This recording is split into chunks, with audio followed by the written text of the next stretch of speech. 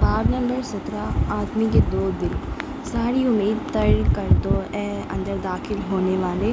میں نے دیکھے یہ الفاظ افسردہ رنگ میں لکھے جہنم کے دروازے کی چوٹی پہ، پوچھا ان کا مطلب کٹھن ہے میرے لیے اے استاد، اور کسی تجربہ کار کی طرح ورجل بولا، یہاں تمام شک کر دیا جانا چاہیے، یہاں ساری بزدلی مٹا دینی چاہیے۔ ہم اس جگہ آ چکے ہیں، کیا تھا جس کا ذکر میں نے تم دیکھو گے یہاں دردناک لوگوں کو جو حکمت خیر سے محروم ہو چکے ہیں۔ کہہ کر تھاما اس نے میرا ہاتھ محفوظ انداز میں، اور جب مجھے کچھ اطمینان ہوا تو وہ لے گیا مجھے پر اسرار جگہ کے اندر۔ وہاں آہ و بکا شکایت بین گونجتے تھے بنا ستارے کی ہوا میں۔ ان کو سن کر اسی جگہ میں بہت رویا۔ مختلف زبانیں، بولیاں، خوفناک غصے کے تلفظ، درد کی باتیں، اونچی سرکش آوازیں، سات ہاتھوں کی دمک کسی گولے کی طرح اس سیاہ دائمی ہوا میں گھوم رہی تھی، اور میں جس کا سر خوف سے بندھا تھا بولا، اے استاد، یہ کیا سنتا ہوں میں؟ کون ہیں یہ درد سے مغلوب لوگ؟ وہ کہنے لگا، مجھ سے اس بدبخت طریقے سے رکھی گئی ہیں ان لوگوں کی اداس روحیں جو رہتے تھے بدنامی یا نیک نامی کے بغیر، نہ یہ باغی تھے خدا سے، نہ ہی وفادار تھے اس کے، بلکہ جیتے تھے صرف اپنی ذات کے لیے۔ جنتوں نے ان کو نکال دیا کہ انصاف کم نہ ہو جائے، اور جہنم کے نچلے گڑھے ان کو لینے پہ راضی نہیں کہ جہنمیوں کو ان سے کوئی شان نہیں مل سکتی۔ دنیا ان کو اب کوئی شہرت نہیں دے گی۔ راحت اور انصاف دونوں ان کو حقیر سمجھتے ہیں، سو ان سے مخاطب نہ ہو، بس دیکھو اور گزر جاؤ۔ دانتے الغیری، انفرنو لا ڈیوائن کومیڈیا۔ پولیس موبائلز کی نیلی سرخ بتی جل رہی تھی۔ اہلکار ہتھکڑی لگے فارس کو ایک وین میں بٹھا رہے تھے۔ مسز زمر، ہمیں گھر کی تلاشی لینی ہے۔ سرمد شاہ نے قریب کھڑی لیڈی پولیس اہلکاروں کی طرف اشارہ کرتے اسے مخاطب کیا۔ زمر کا ذہن مفلوج تھا۔ اس نے لیڈیز اہلکاروں کو دیکھا، پھر اے ایس پی کو۔ ذہن بیدار ہونے لگا۔ اس نے ایک ہاتھ دروازے کی نوب اور دوسرا چوکھٹ کی لکڑی پہ جمایا، سفید پڑتے چہرے کو سخت بنانے کی کوشش کی، مگر جب بولی تو آواز میں کپکپاہٹ تھی۔ اتنے سال جتنے کام کیے ہیں میں نے آپ کے، یا آپ نے میرے کیے، کیا ان میں سے کوئی اس قابل ہے کہ آپ ہمارے گھر داخل نہ ہوں؟ مسز زمر، میرے پاس سرچ وارنٹ ہے، لیکن ابھی مجھے یاد آیا کہ مجھے اپنے بیٹے کو 10 منٹ کی کال کرنی ہے، سختی سے کہتے اس کی آنکھوں میں دیکھا۔ 10 منٹ بعد میں آپ کے گھر میں داخل ہوں گا۔ زمر نے جلدی سے آسوات میں سر ہلاتے دروازہ بند کر دیا، پھر مڑی تو دھکا سا لگا۔ سامنے حنین اور سیم کھڑے تھے، خوفزدہ، پریشان۔ وہ ماموں کو لے گئی۔ زمر، اب کیا ہوگا؟ حنین بہت ڈر گئی تھی۔ سیم کو کونے سے پکڑ رکھا تھا۔ زمر آگے آئی، حنا کی آنکھوں میں دیکھا۔ حنین، پولیس نے ہمیں 10 منٹ دیے ہیں، پھر وہ گھر کی تلاشی لیں گے۔ اوہ گاڈ! حنا نے سیم کی کونی چھوڑ دی۔ بیسمنٹ! ہمارے کاغذ، ہمارے لیپ ٹاپس، موبائلز، ان کو غائب کیسے کریں؟ اس کی ضرورت نہیں پڑے گی۔ زمر سیم کے پاس آئی جو بالکل چپ الجھا ہوا کھڑا تھا۔ زمر نے اس کے دونوں ہاتھ تھامے، اس کے ہاتھ سرد تھے، سیم کے گرم تھے۔ آپ خوفزدہ ہیں پھپھو؟ زمر نے اس کی آنکھوں میں دیکھتے نم آنکھوں سے سر ہلایا۔ میں بہت خوفزدہ ہوں۔ میں آپ کے ساتھ ہوں، آپ مت ڈریں، وہ فکر مندی سے بولا تھا۔ سیم، میری بات سنو، وہ بے ربط سانسوں کے درمیان کھڑی تھی۔ سعدی نہیں ہے، فارس بھی نہیں ہے، اس گھر میں کوئی مرد نہیں ہے سوائے تمہارے۔ اسامہ، تم آج سے اس گھر کے بڑے مرد ہو۔ میری آنکھوں میں دیکھ کر کہو کہ تم اس گھر کے بڑے مرد ہو۔ میں اس گھر کا بڑا مرد ہوں۔ اس نے زمر کے ہاتھ تھامے دہرایا۔ اوکے، اس نے چند گہری سانس لی۔ اب تم کچن کی کھڑکی سے باہر کودو، پولیس تمہیں نہیں روکے گی۔ ہاشم کی بالکنی میں جاؤ، دروازہ کھٹکھٹاؤ۔ دروازے کا شیشہ ان بریکیبل ہے، لیکن اگر وہ نہ کھولے تو تم گملہ اٹھا کر اس کے دروازے پہ تب تک مارتے رہو جب تک وہ نکل نہیں آتا۔ جب وہ نکلے گا تو تم اس کو کہو گے کہ زمر آپ کو بلا رہی ہے، اور اسامہ، تم اس کو لیے بغیر واپس نہیں آؤ گے۔ اسامہ ہاتھ چھڑا کر کچن کی طرف بھاگا۔ زمر نے بے اختیار کن پٹی مچ لی۔ فارس کی بے یقینی، ایک دم اتنی ساری پولیس کی نفری کا ان کے سامنے ہونا جیسے حملہ کرنے کو تیار ہو۔ 10 منٹ بعد دروازہ کھلنے لگا، کھٹکنے لگا۔ زمر نے کھڑکی کا پردہ ہٹا کر دیکھا، سامنے سیم کے ساتھ ہاشم چلتا آ رہا تھا، ایسے کہ سیم نے اس کی آستین کلائی سے پکڑ رکھی تھی۔ شکر آپ آ گئے ہاشم، اس نے دروازہ کھول دیا۔ ہاشم پریشان اور قدرے غصے سے پولیس اہلکاروں کو دیکھتے تک آیا۔ زمر کیا ہو رہا ہے یہ؟ فارس کو اریسٹ کر لے گئے وہ؟ مجھے پہلے کیوں نہیں بلایا اور اس کو گرفتاری کیوں دینے دی؟ ہاں، زمر کے پیچھے کھڑی حنین بس اس کو دیکھ کر رہ گئی۔ تم قتل کرو یا کرامات کرو ہاشم؟ مجھے خود نہیں معلوم، سب بہت جلدی ہوا۔ زمر نے ان دونوں کو اندر آنے دیا اور دروازہ بند کر دیا۔ اے ایس پی اب سائرن پن کو دروازہ کھولنے کا کہہ رہا تھا۔ ان کو میرے گھر سے نکالیے ہاشم، کسی بھی طرح۔ یہ یہاں سے کچھ بھی لیے بغیر جائیں گے پلیز۔ اس کی آنکھوں میں التجا تھی۔ ہاشم نے لمحے بھر کو ان کی آنکھوں میں دیکھا اور پھر واپس باہر نکل گیا۔ سیم بھی ساتھ گیا۔ زمر اور ہنا اونچی کھڑکی کا پردہ ہٹا کر دیکھنے لگی۔ ہاشم اے ایس پی سے سختی سے کچھ کہہ رہا تھا، وہ نفی میں سر ہلا رہا تھا۔ ہاشم نے موبائل پہ نمبر ملا کر چند الفاظ کہے اور پھر فون اے ایس پی کو دیا۔ وہ متذبذب سا اس امر سے ناواقف کہ جسٹس سکندر کی طرف سے آنے والے احکامات اسی شخص کے ہوتے ہیں، فون پہ یس سر کرتا رہا۔ پھر ناخوشی سے فون ہاشم کو تھمایا اور اہلکاروں کو اشارہ کیا۔ ہاشم اب سختی سے ان کو باہر دفان ہونے کا کہہ رہا تھا۔ ہاشم ہماری مدد کیوں کر رہے ہیں؟ اس نے ہمیشہ کی طرح یہ ثابت کرنے کہ وہ ہمارا سب سے بڑا مخلص ہے، زمر دبی سی سرگوشی میں بولی۔ نظریں وہیں جمی تھیں۔ سیم بھی سنجیدہ سا وہیں کھڑا تھا۔ اس دن لگا وہ بڑا ہو گیا سعدی کی طرح۔ اہلکار اب واپس جا رہے تھے۔ ان کو گھر سے کچھ نہیں ملا، یہی لکھنا تھا اب۔ پھر ہاشم اندر آیا۔ پولیس اب آپ کو تنگ نہیں کرے گی، میں نے ان کا دماغ درست کر دیا۔ لیکن یہ قمر الدین چودھری کون ہے؟ ناسمجھی سے زمر کو دیکھنے لگا۔ اس نے تھکان سے شانے اچکائے۔ مجھے کچھ نہیں پتا، فارس تو یہ سمجھ رہے کہ اسے اس کیس میں نے پھنسایا ہے۔ اوہو، اس نے افسوس کیا۔ آپ لوگ ہماری طرف آ جائیں، یہاں اکیلے رہنا درست نہیں۔ نہیں ہاشم، ہم ٹھیک ہیں، گھر کے باہر آپ کے گارڈز ہیں نا، ہمیں کس کا ڈر ہوگا؟ بہت ممنونیت سے اس کی آنکھوں میں دیکھا۔ اور آج رات آپ نے جو کیا اس کا بدلہ میں کیسے اتار پاؤں گی؟ ایسے مت کہیں، ہم فیملی ہیں، وہ نرمی سے بولا۔ پھر گھڑی دیکھی۔ مجھے ایک ڈنر پہ جانا ہے۔ آر یو شیور آپ لوگ ادھر ٹھیک ہیں؟ ہم ٹھیک ہیں، حنین پہلی دفعہ بولی، وہ بھی بے رخی سے۔ ہاشم نے نظر اٹھا کر اسے دیکھا، ہلکا سا مسکرایا اور سر کو خم دیا۔ حنین کے دل میں کچھ ڈوب گیا تھا۔ بہت عرصے بعد نگاہ ملی تھی۔ وہ کرامات کر کے قتل کرتا تھا۔ اس کے جاتے ہی اسامہ سارے دروازے کھڑکیاں بند کرنے لگا، بول کنڈیاں لاکس ایک کے بعد ایک چڑھانے لگا۔ وہ دونوں وہیں صوفے پہ بیٹھ گئیں، تھکی پریشان۔ ماموں آپ کو الزام کیوں دے رہے تھے؟ ہنا کو یاد آیا۔ زمر نے افسردہ نگاہ اٹھا کر اسے دیکھا۔ کارداز کامیاب اس لیے ہوتے ہیں کیونکہ وہ ایک دوسرے کو سب بتاتے ہیں، اور ہم ناکام اس لیے کیونکہ ہم باتیں چھپانے کی غلطی کرتے ہیں۔ ہم نے فارس کو یہ سب نہ بتا کر غلطی کی ہے۔ اب ہم کیا کریں؟ زمر نے گہری سانس لی، بالوں سے پونی کھینچ کر اتاری اور ان کو جوڑے میں لپیٹتی اٹھی۔ پھر یہ کہ اب ہم اپنی غلطی کو ٹھیک کریں۔ رنگت ابھی تک نچڑی ہوئی تھی۔ مگر کیسے؟ ماموں پھر سے جیل چلے گئے کہ ہم پھر سے وہیں آ گئے؟ سب 4.5 سال پہلے جیسا ہو رہا ہے، کچھ بھی ویسا نہیں ہے، وہ موبائل پہ احمد کا نمبر ملاتے ہوئے بولی تھی۔ حاصل ہوا ہے کیا مجھے اس باغ دور میں سب منزلوں کو پا کے بھی رسوا تھا میں بڑا۔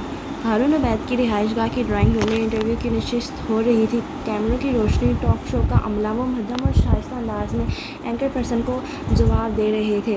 کونے میں کھڑا احمد اپنے ٹیب سے چند پوائنٹس کو چیک کر رہا تھا جب اس کا فون تھر تھر آیا۔ اس نے نکال کر دیکھا، زمر۔ موقع محض نہیں تھا، سائلنٹ کر دیا۔ 1 2 تیسری دفعہ بیل آئی تو وہ کمرے سے باہر نکل آیا۔ سوری، میں ذرا احمد، فارس اریسٹ ہو گئے، وہ بے رفت سانسوں کے درمیان بولتی جا رہی تھی اور وہ حد تک سن رہا تھا۔ بے فکر رہیے، میں کچھ کرتا ہوں۔ نہیں، تھانے نہیں جاؤں گا، جا بھی نہیں سکتا، میں عبید صاحب سے کسی کو فون کرواتا ہوں۔ زمر کو ڈر تھا کہ فارس اس کو دیکھ کر غصہ نہ ہو جائے، وہ نہ کہتی تب بھی اس کا نکلنا ناممکن تھا۔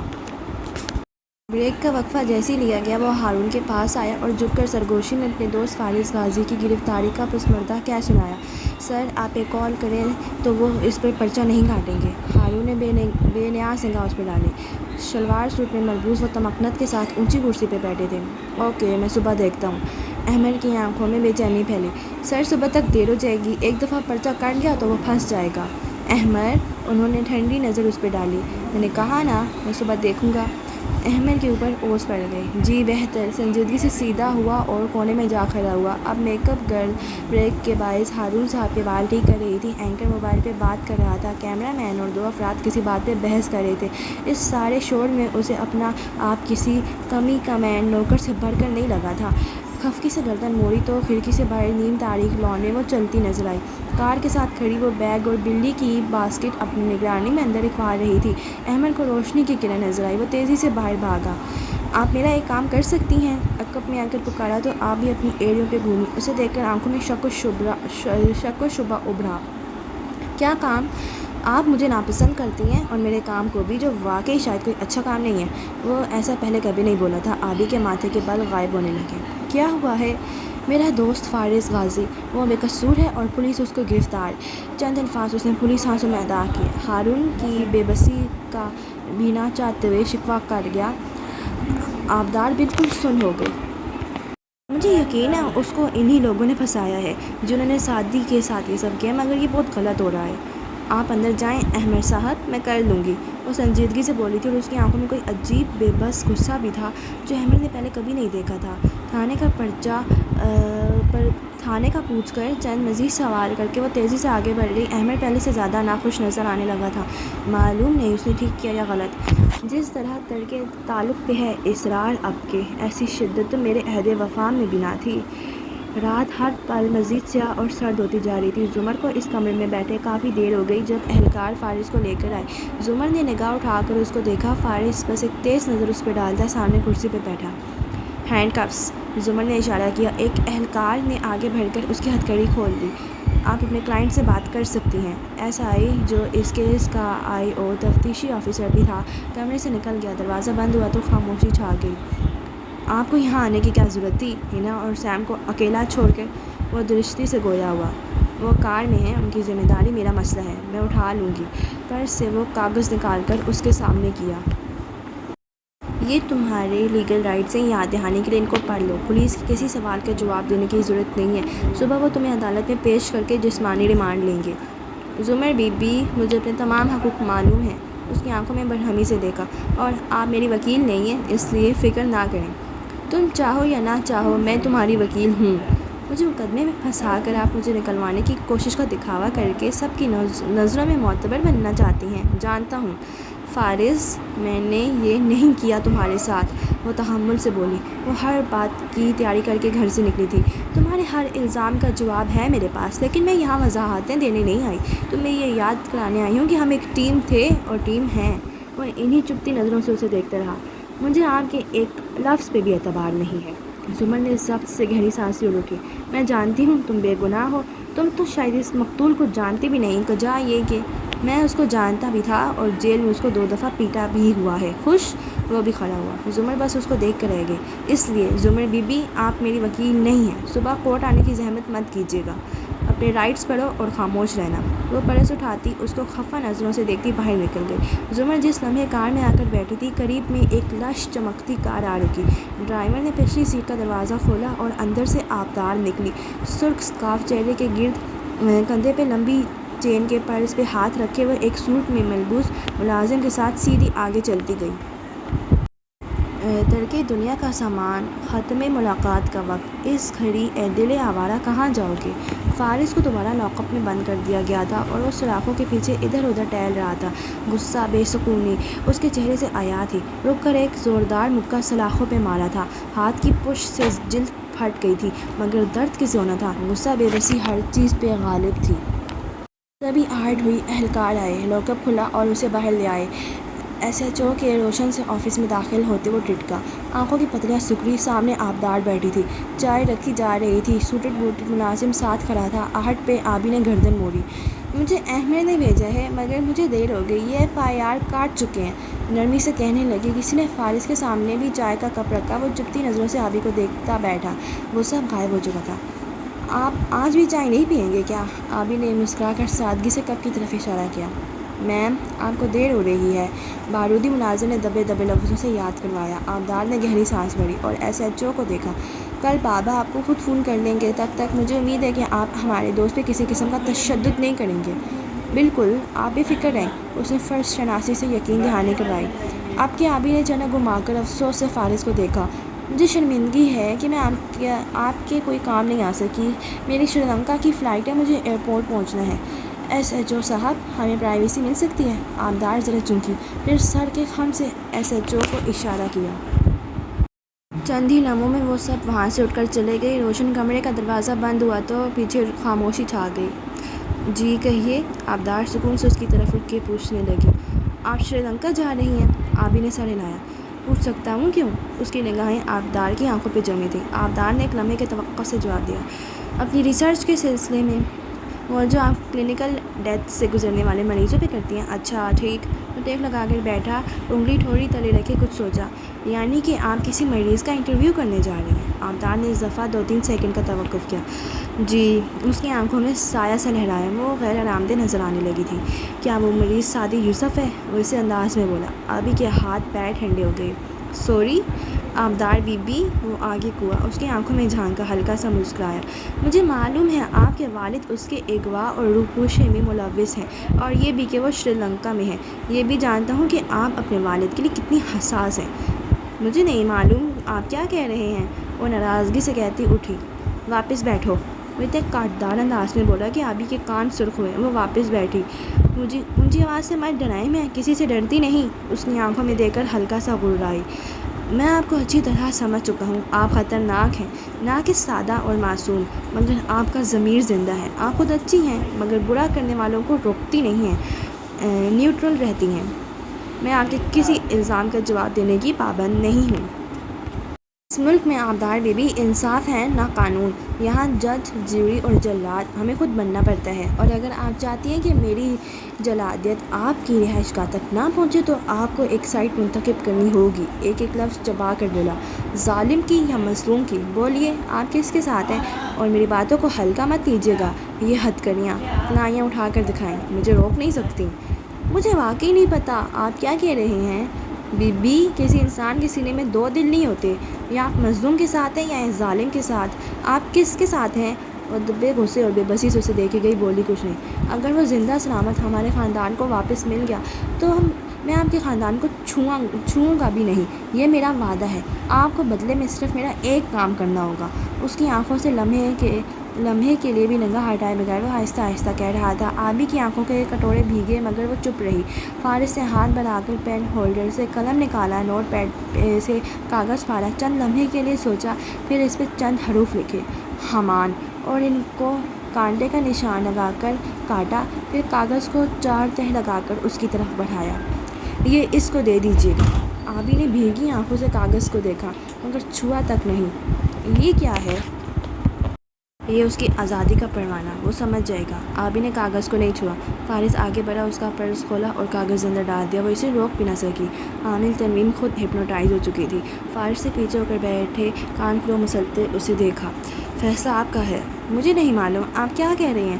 ناراضگی، غصہ، بے بسی، ہر جذبہ اس کی بھیگی آنکھوں میں ہلکوڑے لے رہا تھا۔ وہ پرس سے اٹھی اور دروازے تک گئی، پھر رکی۔ کانفیوشس نے کہا تھا، انتقام کے سفر پہ نکلنے سے پہلے تمہیں چاہیے کہ 2 قبریں کھود لو، ایک اپنے دشمن کی اور دوسری اپنی۔ تو بے فکر رہیے، کیونکہ میں اپنی قبر کھود کر اس سفر پہ ہی نکلا تھا۔ آبی مڑ کر اسے دیکھ بھی نہ سکی، بس تیزی سے باہر نکل گئی۔ اور کچھ دیر میں لٹ جائے گا ہر بام پہ چاند، عکس کھو جائیں گے، آئینے ترس جائیں گے۔ جس وقت زمر واپس کار میں آ کر بیٹھی تو فرنٹ سیٹ پہ موجود اسامہ اور پیچھے حنین بے چینی سے آگے ہوئے۔ کچھ پتہ چلا؟ ہاں، مقتول قمر الدین کچھ عرصہ فارس کے ساتھ جیل میں رہا تھا۔ 10 اگست کو اس کو اغوا کیا گیا اور 29 اگست کو 2 آدمی اس کی لاش اس کے گھر پھینک گئے۔ پوسٹ مارٹم کے مطابق قتل 28 اور 29 اگست کی درمیانی رات ہوا تھا۔ ان 2 آدمیوں میں سے ایک شخص ناظم پکڑا گیا ہے، وہ بھی فارس کے ساتھ جیل میں تھا۔ اس کی شہادت پر پولیس نے فارس کو گرفتار کیا ہے۔ ناظم کا کہنا ہے کہ آدمی کو گولی فارس نے ماری تھی۔ ظاہر ہے وہ جھوٹ بول رہا ہے، سیم فوراً بولا۔ زمر نے گہری سانس لی۔ ہاں ظاہر ہے۔ خیر، کل پولیس فارس کو عدالت میں پیش کر کے جسمانی ریمانڈ لے گی۔ جسمانی ریمانڈ کیا ہوتا ہے؟ یعنی کہ پولیس کچھ دن کے لیے ملزم کو تھانے میں رکھ کر اسے تفتیش کرے گی۔ زمر سیٹ بیلٹ پہنتے ہوئے بتا رہی تھی۔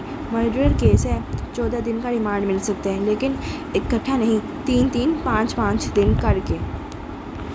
یعنی اتنے دن وہ اس ایس پی کی تحویل میں ہوں گے؟ حنین بے بسی سے بولی۔ نہیں، یہ کیس اس کے تھانے کا نہیں ہے۔ جو ایس آئی اس کے ساتھ ہمارے گھر آیا تھا، یہ اس کا کیس ہے۔ سرمد شاہ صرف معاون تھا، کیونکہ ناظم کو سرمد شاہ کے علاقے سے اسی کی مدد سے گرفتار کروایا گیا۔ یعنی اگر سرمد شاہ نہ ہوتا تو یہ سب اتنا آسان نہ ہوتا۔ حنین نے کیا سوچ کر یہ کہا تھا، زمر جانتی تھی، مگر اب اس بات پہ کیا تبصرہ کرتی۔ گھر پہ ایک عجیب تنہائی کا احساس ہر کونے سے ٹپک رہا تھا۔ ابا اور ندرت کو ان کی واپسی تک لا علم رکھنے کا فیصلہ کر کے وہ تینوں زمر کے کمرے میں آ گئے۔ دروازہ بند کیے سیم نے ایک چٹکنی اور لاک چڑھایا۔ خوف ان کے آس پاس سانس لے رہا تھا۔ میں اور ہنا بیڈ پہ سو جائیں گے، تم صوفے پہ سو جاؤ، زمر نے نرمی سے اسے پکارا، جو آج ایک دم بڑا بڑا اور سنجیدہ سا نظر آنے لگا تھا۔ نہیں، میں اپنے کمرے سے میٹرس لے آیا ہوں، نیچے ڈال دوں گا۔ یہ صوفہ بہت سخت ہے، اس کے ساتھ کا لاؤنج میں ہے نا۔ ایک دن میں لیٹا تو 2 دن کمر دکھی تھی میری۔ زمر نے بے اختیار اس خالی صوفے کو دیکھا، دل کو زور سے کسی نے جیسے مٹھی میں لے لیا تھا۔ رات قطرہ قطرہ پگھلتی رہی، تینوں کھلی آنکھوں کے ساتھ چت لیٹے رہے۔ پھر ہنا بولی، قتل 28 اگست کی رات کو ہی کیوں ہوا؟ ہم دونوں کو پتہ یہ سب کس نے جان بوجھ کر اسی رات کروایا جب ہسپتال والا واقعہ ہوا، لیکن وہ الجھ گئی تھی۔ وہ یہ سب تبھی کروا سکتے ہیں جب ان کو آگ لگنے سے پہلے معلوم ہو چکا ہو کہ یہ فارس کرے گا۔ دیکھو، آگ کا سن کر ان کا شک فارس کی طرف جاتا تو بنتا ہے، مگر ان کو پہلے کیسے معلوم ہو سکتا ہے؟ یہ صرف میرے اور فارس کے درمیان تھا، ہم نے کسی سے فون پہ بھی ڈسکس نہیں کیا۔ سیم خاموش لیٹا ان کی باتیں سنتا رہا۔ وہ ان سے کچھ نہیں چھپا رہی تھی، گھر والوں سے باتیں چھپانے کے نتائج کبھی اچھے نہیں نکلتے۔ ہو سکتا ہے ان کو پہلے معلوم نہ ہو، مگر اتفاق سے اسی رات اس شخص کا قتل ہوا جس کا فارس سے کوئی تعلق بھی تھا۔ میں اسے اتفاق نہیں مان سکتی۔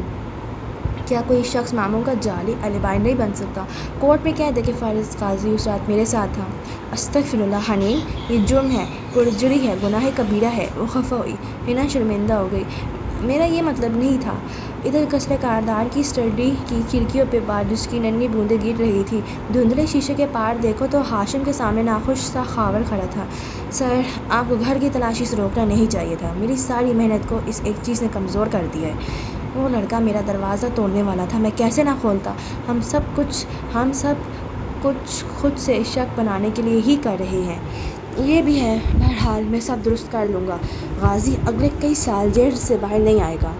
اور ان سب سے دور تھانے کے نیم اندھیر کمرے میں تیز روشنی کا بلب جھول رہا تھا اور میز کے سامنے بیٹھا I.O پوچھ رہا تھا، آغاز تفتیش ہے، میں آرام سے پوچھ رہا ہوں، تمہارا قمر الدین سے کس بات پہ جیل میں جھگڑا ہوا تھا؟ آرٹیکل 13 کے تحت مجھے خاموش رہنے کا حق ہے۔ وہ ٹیک لگا کر بے نیاز سا بیٹھا تھا۔ 28 اور 29 اگست کی درمیانی شب کہاں تھے؟ I.O نے بھی تعامل سے پوچھا۔ آرٹیکل 13 کے تحت مجھے خاموش رہنے کا حق ہے۔ اور وہ عجیب وحشت زدہ سی رات اسی طرح قدم با قدم روشنی کی جانب بڑھتی رہی۔ خلا یہ راز کہ آئینہ خانہ ہے دنیا، اور اس میں مجھ کو تماشا بنا گیا ایک شخص۔ کولمبو ایک ساحلی شہر تھا۔ ہوا ہمہ وقت پر نرم رہتی تھی۔ ساحل کے قریب چند ہوٹلز کی بلند و بالا عمارتیں تھیں۔ ان میں ایک نیلے شیشوں سے ڈھکا ایک اونچا اور عالیشان ہوٹل بھی تھا۔ اس کی ریسیپشن پہ روشنیاں، ٹورسٹ گہما گہمی، ہر وہ عنصر بکھرا ہوا تھا جو کسی بھی ہوٹل کا خاصہ ہوتا ہے۔ ایسے میں سرخ سکارف والی خاموش سی آبدار کو فصیح ریسیپشن سے دائیں جانب لے جا رہا تھا۔ وہ سوٹ میں ملبوس دبلا پتلا اونچا سا مرد تھا، سر بالوں سے صاف، سر سیاہ چکنا سا، رنگت بھی بے حد سیاہ جیسے کوئی حبشی ہو، اور دانت اتنے ہی سفید۔ آئیے۔ وہ گراؤنڈ فلور پہ موجود کھلے سے کچن میں آئے، جہاں قطاروں میں کاؤنٹرز بنے تھے اور سفید یونیفارم میں ملبوس باورچی کام کرتے نظر آ رہے تھے۔ فصیح آگے چلتا ہوا پینٹر میں آیا، دروازہ بند کیا۔ وہ دونوں اندر تنہا رہ گئے تو اس نے دیوار پہ لگے سوئچ بورڈ کو ہاتھ سے دبا کر ایک طرف سلائیڈ کیا۔ نیچے ایک کی بیڈ تھا۔ اس نے 4 نمبر پریس کیے تو دیوار میں درز سی ابھری اور پھر دیوار ایک طرف سلائیڈ ہو گئی۔ آگے لفٹ کے دروازے بند تھے اور ساتھ ایک آلہ لگا تھا۔ فصیح نے بٹن دبایا، پھر اپنی ٹھوڑی آلے میں رکھی۔ روشنی کی لکیر نکلی، اس کی آنکھ کے ریٹینا کو تشخیص کیا، ہرا سگنل بجا اور دروازہ کھل گیا۔ کتنے لوگ اس جگہ سے آگے جا سکتے ہیں؟ لفٹ میں سوار ہوتے اس سے پوچھا تھا۔ صرف 3 لوگ، میں، اس کچن کا ہیڈ شیف جو ہمارا اہم آدمی ہے، اور ہاشم کاردار۔ اس کے علاوہ کوئی اس لفٹ کو کھول نہیں سکتا۔ کیا میری ماں کو بھی اس جگہ رکھا تھا بابا نے؟ وہ آہستہ سے بولی۔ فصیح احتراماً خاموش رہا۔ لفٹ ایک فلور نیچے لے گئی اور دروازے کھلے۔ آگے راہداری تھی، اس کے اختتام پہ ایک اور دروازہ تھا، اس کو کھولنے کے لیے 3 لوگ تھے۔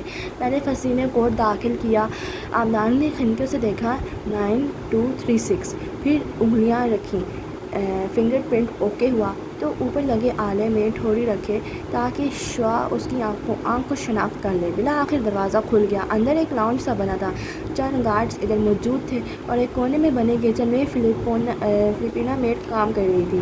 فصیح نے آبی کے قریب سرگوشی کی۔ یہ میری NGO ہے، اس کو ہم نے یہی بتایا کہ یہ انڈیا میں ہے، لڑکے کو بھی یہی معلوم ہے۔ آپ نے صرف ایک گلا میز نظر اس پہ ڈالی اور آگے آئی۔ سامنے ایک کمرے کے دروازے پہ گارڈز پہرا دے رہے تھے۔ آپ دیکھ سکتی ہیں وہ صرف ایک مہمان ہے۔ پہلے میں سمجھی تھی کہ صرف وہ قیدی ہے، لیکن یہ گارڈ، یہ ملازمہ، یہ سب قیدی ہیں۔ شوقی نظروں سے اسے دیکھ کر بولی تو وہ خاموش ہو گیا۔ میری آہٹ پہ باہر نکلی تو ان دونوں کو دیکھ کر چونکی نگاہیں آبدار پہ جا ٹھہری۔ مس آبدار؟ اسے حیرت ہوئی۔ مس آبدار کو سعدی یوسف سے ملنا ہے۔ آپ بھی میری کو جواب دے کر سنجیدہ سی فصیح کے ساتھ دوسرے کمرے میں آ گئی۔ یہ ایک عام سا سائنسدان تم لوگوں کے لیے اتنا خاص کیوں ہے؟ تم اس جیسے 10 سائنسدان خرید سکتے ہو۔ بالآخر وہ بول اٹھی۔ میں نے بھی ہارون صاحب سے یہی کہا تھا، لیکن ہاشم نے انہیں شیشے میں اتارا ہوا ہے۔ لڑکے کے پاس ہاشم کے راز ہیں، ان کی حفاظت کے لیے وہ اسے یہاں مقید رکھنا چاہتا ہے۔ اسے مار نہیں سکتا اور چاہتا ہے سارا خرچہ بھی ہم کریں۔ فصیح بھی ناخوش تھا، مگر جس دن ہارون صاحب کو لگا کہ یہ بالکل ناکارہ ہے، اس دن وہ اسے جان چھڑا لیں گے۔ آبدار کا دل خراب ہونے لگا، مگر چہرے پہ اسپاٹ سا تاثر رکھے وہ منتظر بیٹھی رہی۔ انگلیاں وہ مسلسل اضطرابی انداز میں مروڑ رہی تھی۔ آہٹ پہ بھی اس نے جنبش نہ کی، یہاں تک کہ وہ اس کے سامنے کرسی پہ آ بیٹھا۔ اب کیا آبدار نے نگاہ اٹھا کر دیکھا، وہ چھوٹے گھنگھریالے بالوں والا دبلا پتلا نوجوان جس کی رنگت کملائی ہوئی تھی، بیٹھتے ساتھ ہی وہ بغور ادھر ادھر کمرے کا جائزہ لے رہا تھا، فرار کے کسی روزن کی تلاش میں شاید۔ پھر آبدار کو دیکھا اور پھر اس کے عقب میں کھڑے فصیح کو۔ سعدی یوسف، یہ آبدار عبید ہیں، ایک ہپنو تھراپسٹ۔ تمہیں ان کے ساتھ ایک سیشن کرنا ہے، یہ کاردار صاحب کا حکم ہے۔ سعدی نے باری باری ان دونوں کو دیکھا، آبرو تن گئے۔ کاردار صاحب کو کہو اپنے احکامات اپنے ملازموں تک ان دونوں کی طرف اشارہ کیا، محدود رکھیں تو بہتر ہوگا۔ آرام سے، فصیح نے سختی سے ہاتھ اٹھا کر اسے گھورا۔ یہ ہارون عبید کی صاحبزادی ہیں تم۔ تھینک یو فصیح، کیا تم ہمیں اکیلا چھوڑ سکتے ہو؟ وہ گردن اٹھا کر فصیح کو حتمی نظر سے دیکھتی بولی تو وہ خاموش ہوا، پھر باہر نکل گیا اور دروازہ بند کر دیا۔ آبدار نے نگاہوں کا رخ اس کی طرف پھیرا، وہ تندئی سے اسے دیکھ رہا تھا۔ سو تم ہاشم کاردار کے مہمان ہو؟ اسپاٹ سا گویا ہوئی۔ آپ کو کیا چاہیے مجھ سے؟ وہاں بھی اتنا ہی شک و شبہ تھا۔ مجھے نہیں، کرنل خاور کو تمہارے وکیل کا نام چاہیے۔ ڈور نمبر 1، تم مجھے وکیل کا نام بتا دو۔ ڈور نمبر 2، میں تمہیں ہپنوسس کے ذریعے کمپرومائزڈ پوزیشن میں لے آؤں جہاں تم کمزور پڑ کر اس کا نام لے دو گے۔ اب بتاؤ سعدی یوسف، پہل میں کروں یا تم کرو گے؟ سعدی ہلکا سا مسکرایا اور آگے کو ہوا۔ ترجمہ: ان جادوگروں نے کہا، اے موسیٰ، پہلے آپ ڈالیں گے عصا یا پہلے ہم ڈالیں اپنی رسیاں؟ سو ہاشم کا اگلا پتہ ایک ہپنوٹسٹ کو میرے سامنے لانا ہے؟ مسکراتے اس کی آنکھوں میں جھانکا۔ یا تو ہاشم نے آپ کو میرے بارے میں تمام معلومات نہیں دیں، یا آپ نے اس کو ہپنوٹزم کے بارے میں تمام معلومات نہیں دیں، کیونکہ آپ کسی کو اس کی مرضی کے برخلاف ہپنوٹائز صرف تب کر سکتے ہیں جب وہ کمزور اعصاب کا مالک ہو۔ میرے جیسا آدمی اتنی آسانی سے ہپنوٹائزڈ نہیں ہوگا۔ آبدار بس تاثر سے اس کا چہرہ دیکھتی رہی۔ ایک معصوم مسکراتا لڑکا جو کیفے میں بیٹھا خود سے بڑی ٹیچر کو سمجھا رہا تھا، وہ کہیں کھو گیا تھا۔ یہ تلخ، طنز لہجے اور زخمی آنکھوں والا نوجوان کوئی اور تھا۔ سعدی یوسف، اس نے گہری سانس لی۔ میں فرعون کے ساحروں میں سے نہیں ہوں، کیونکہ ڈور نمبر 3 یہ ہے کہ تم ان دونوں راستوں سے انکار کر دو اور میں خاموشی سے واپس چلی جاؤں، کیونکہ نہ مجھے تمہیں ہپنوٹائز کرنے میں دلچسپی ہے، نہ وکیل کا نام جاننے میں۔ میں کلینکل ڈیتھ پہ ریسرچ کر رہی ہوں۔ سنا تھا تم بھی کلینکل ڈیتھ کا شکار ہوئے تھے۔ خاور اور بابا کو میں نے یہی کہا کہ مجھے تمہارے تجربہ سننے میں دلچسپی ہے۔ یہ بھی جھوٹ ہے۔ ایک سانس میں بولتے وہ رکی۔ سعدی نے آنکھوں کی پتیاں سکیڑ کر اسے دیکھا۔ پھر کیوں آئی ہو تم؟ صرف یہ دیکھنے کہ بابا واقعی کسی انسان کو قید کر سکتے ہیں یا نہیں۔ اچھا، تو تم انسانی ہمدردی کے تحت آئی ہو۔ یوں کرو، جا کر ہاشم سے کہو ڈاکٹر مایا کے متبادل کے طور پہ لڑکیوں کو بھیجنا چھوڑ دے۔ میں سمجھی نہیں۔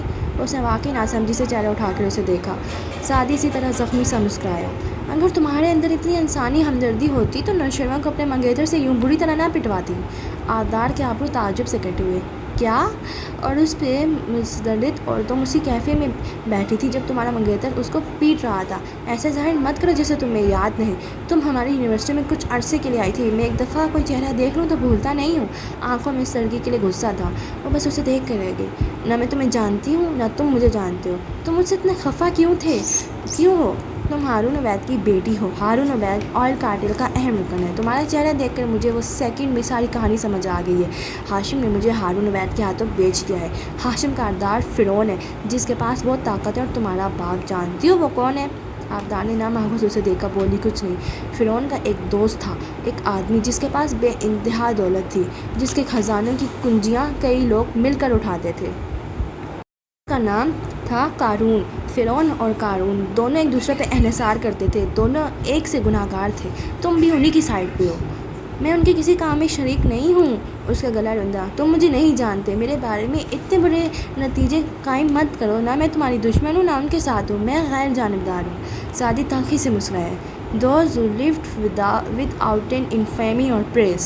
آبدار کو دھکا لگا، حیرت اور دکھ سے آنکھیں صاف ہوئیں۔ تم میرا موازنہ ڈانٹے کی جہنم کے جہنمیوں سے کر رہے ہو؟ تم کیسے کسی انسان کے بارے میں اتنے ججمنٹل ہو سکتے ہو؟ سعدی چند ثانیہ انہی شک و شبے کے سیاہ سرمئی بادلوں کے درمیان کھڑا اس کو دیکھتا رہا۔ اگر تم واقعی ان کی اداکار نہیں ہو جس میں مجھے شک ہے، اور اگر تم واقعی اتنی غیر جانبدار ہو جو کہ تم خود کو ظاہر کری ہو، تو یاد رکھنا وہ لوگ جو ظلم کے خلاف آواز نہیں اٹھاتے اور خود بھی کوئی غلط کام نہیں کرتے، وہ جو غیر جانبدار ہوتے ہیں، اللہ ان کو ان کی نمازوں اور صدقات کے باوجود عذاب سے محفوظ نہیں رکھے گا۔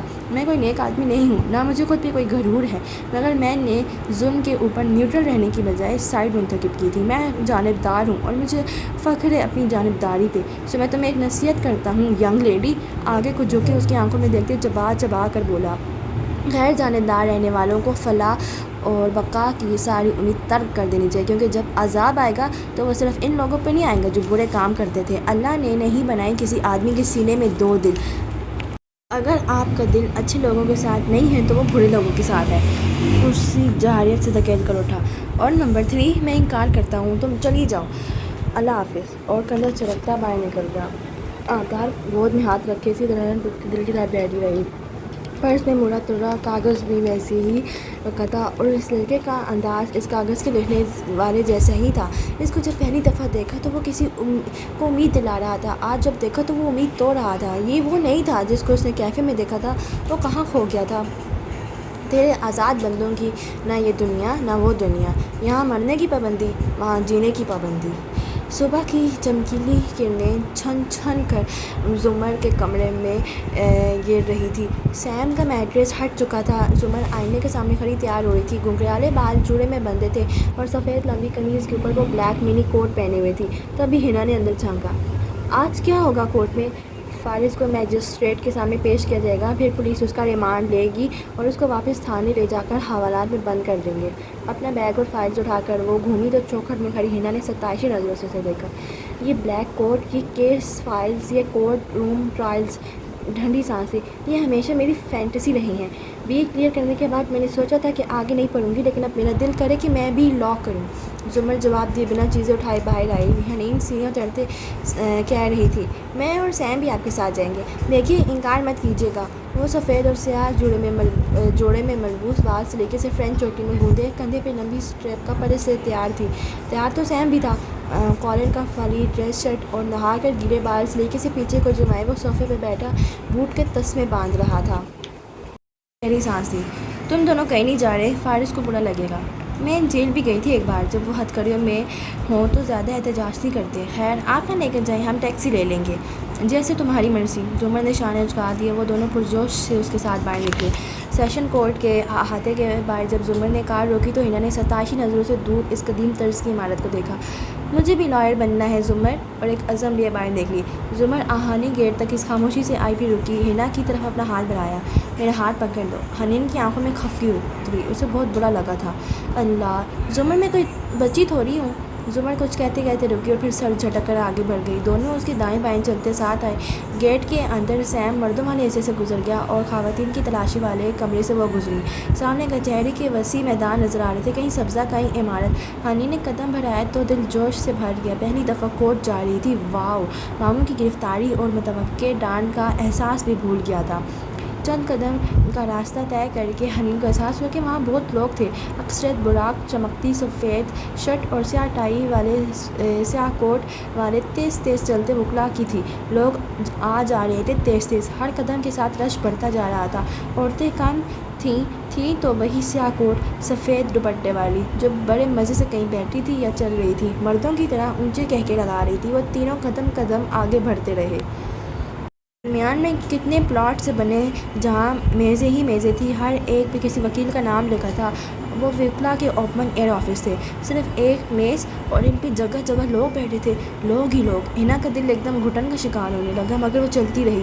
وہاں لوگ اتنی تیزی سے چلتے آ رہے تھے گویا سامنے والے سے ٹکرانے کا ارادہ ہو، اتنا شور کے علامات کانوں میں بھانت بھانت کی آوازیں پڑ رہی تھیں، مختلف زبانیں، بولیاں، دردناک غصے کے تلفظ، درد کی باتیں۔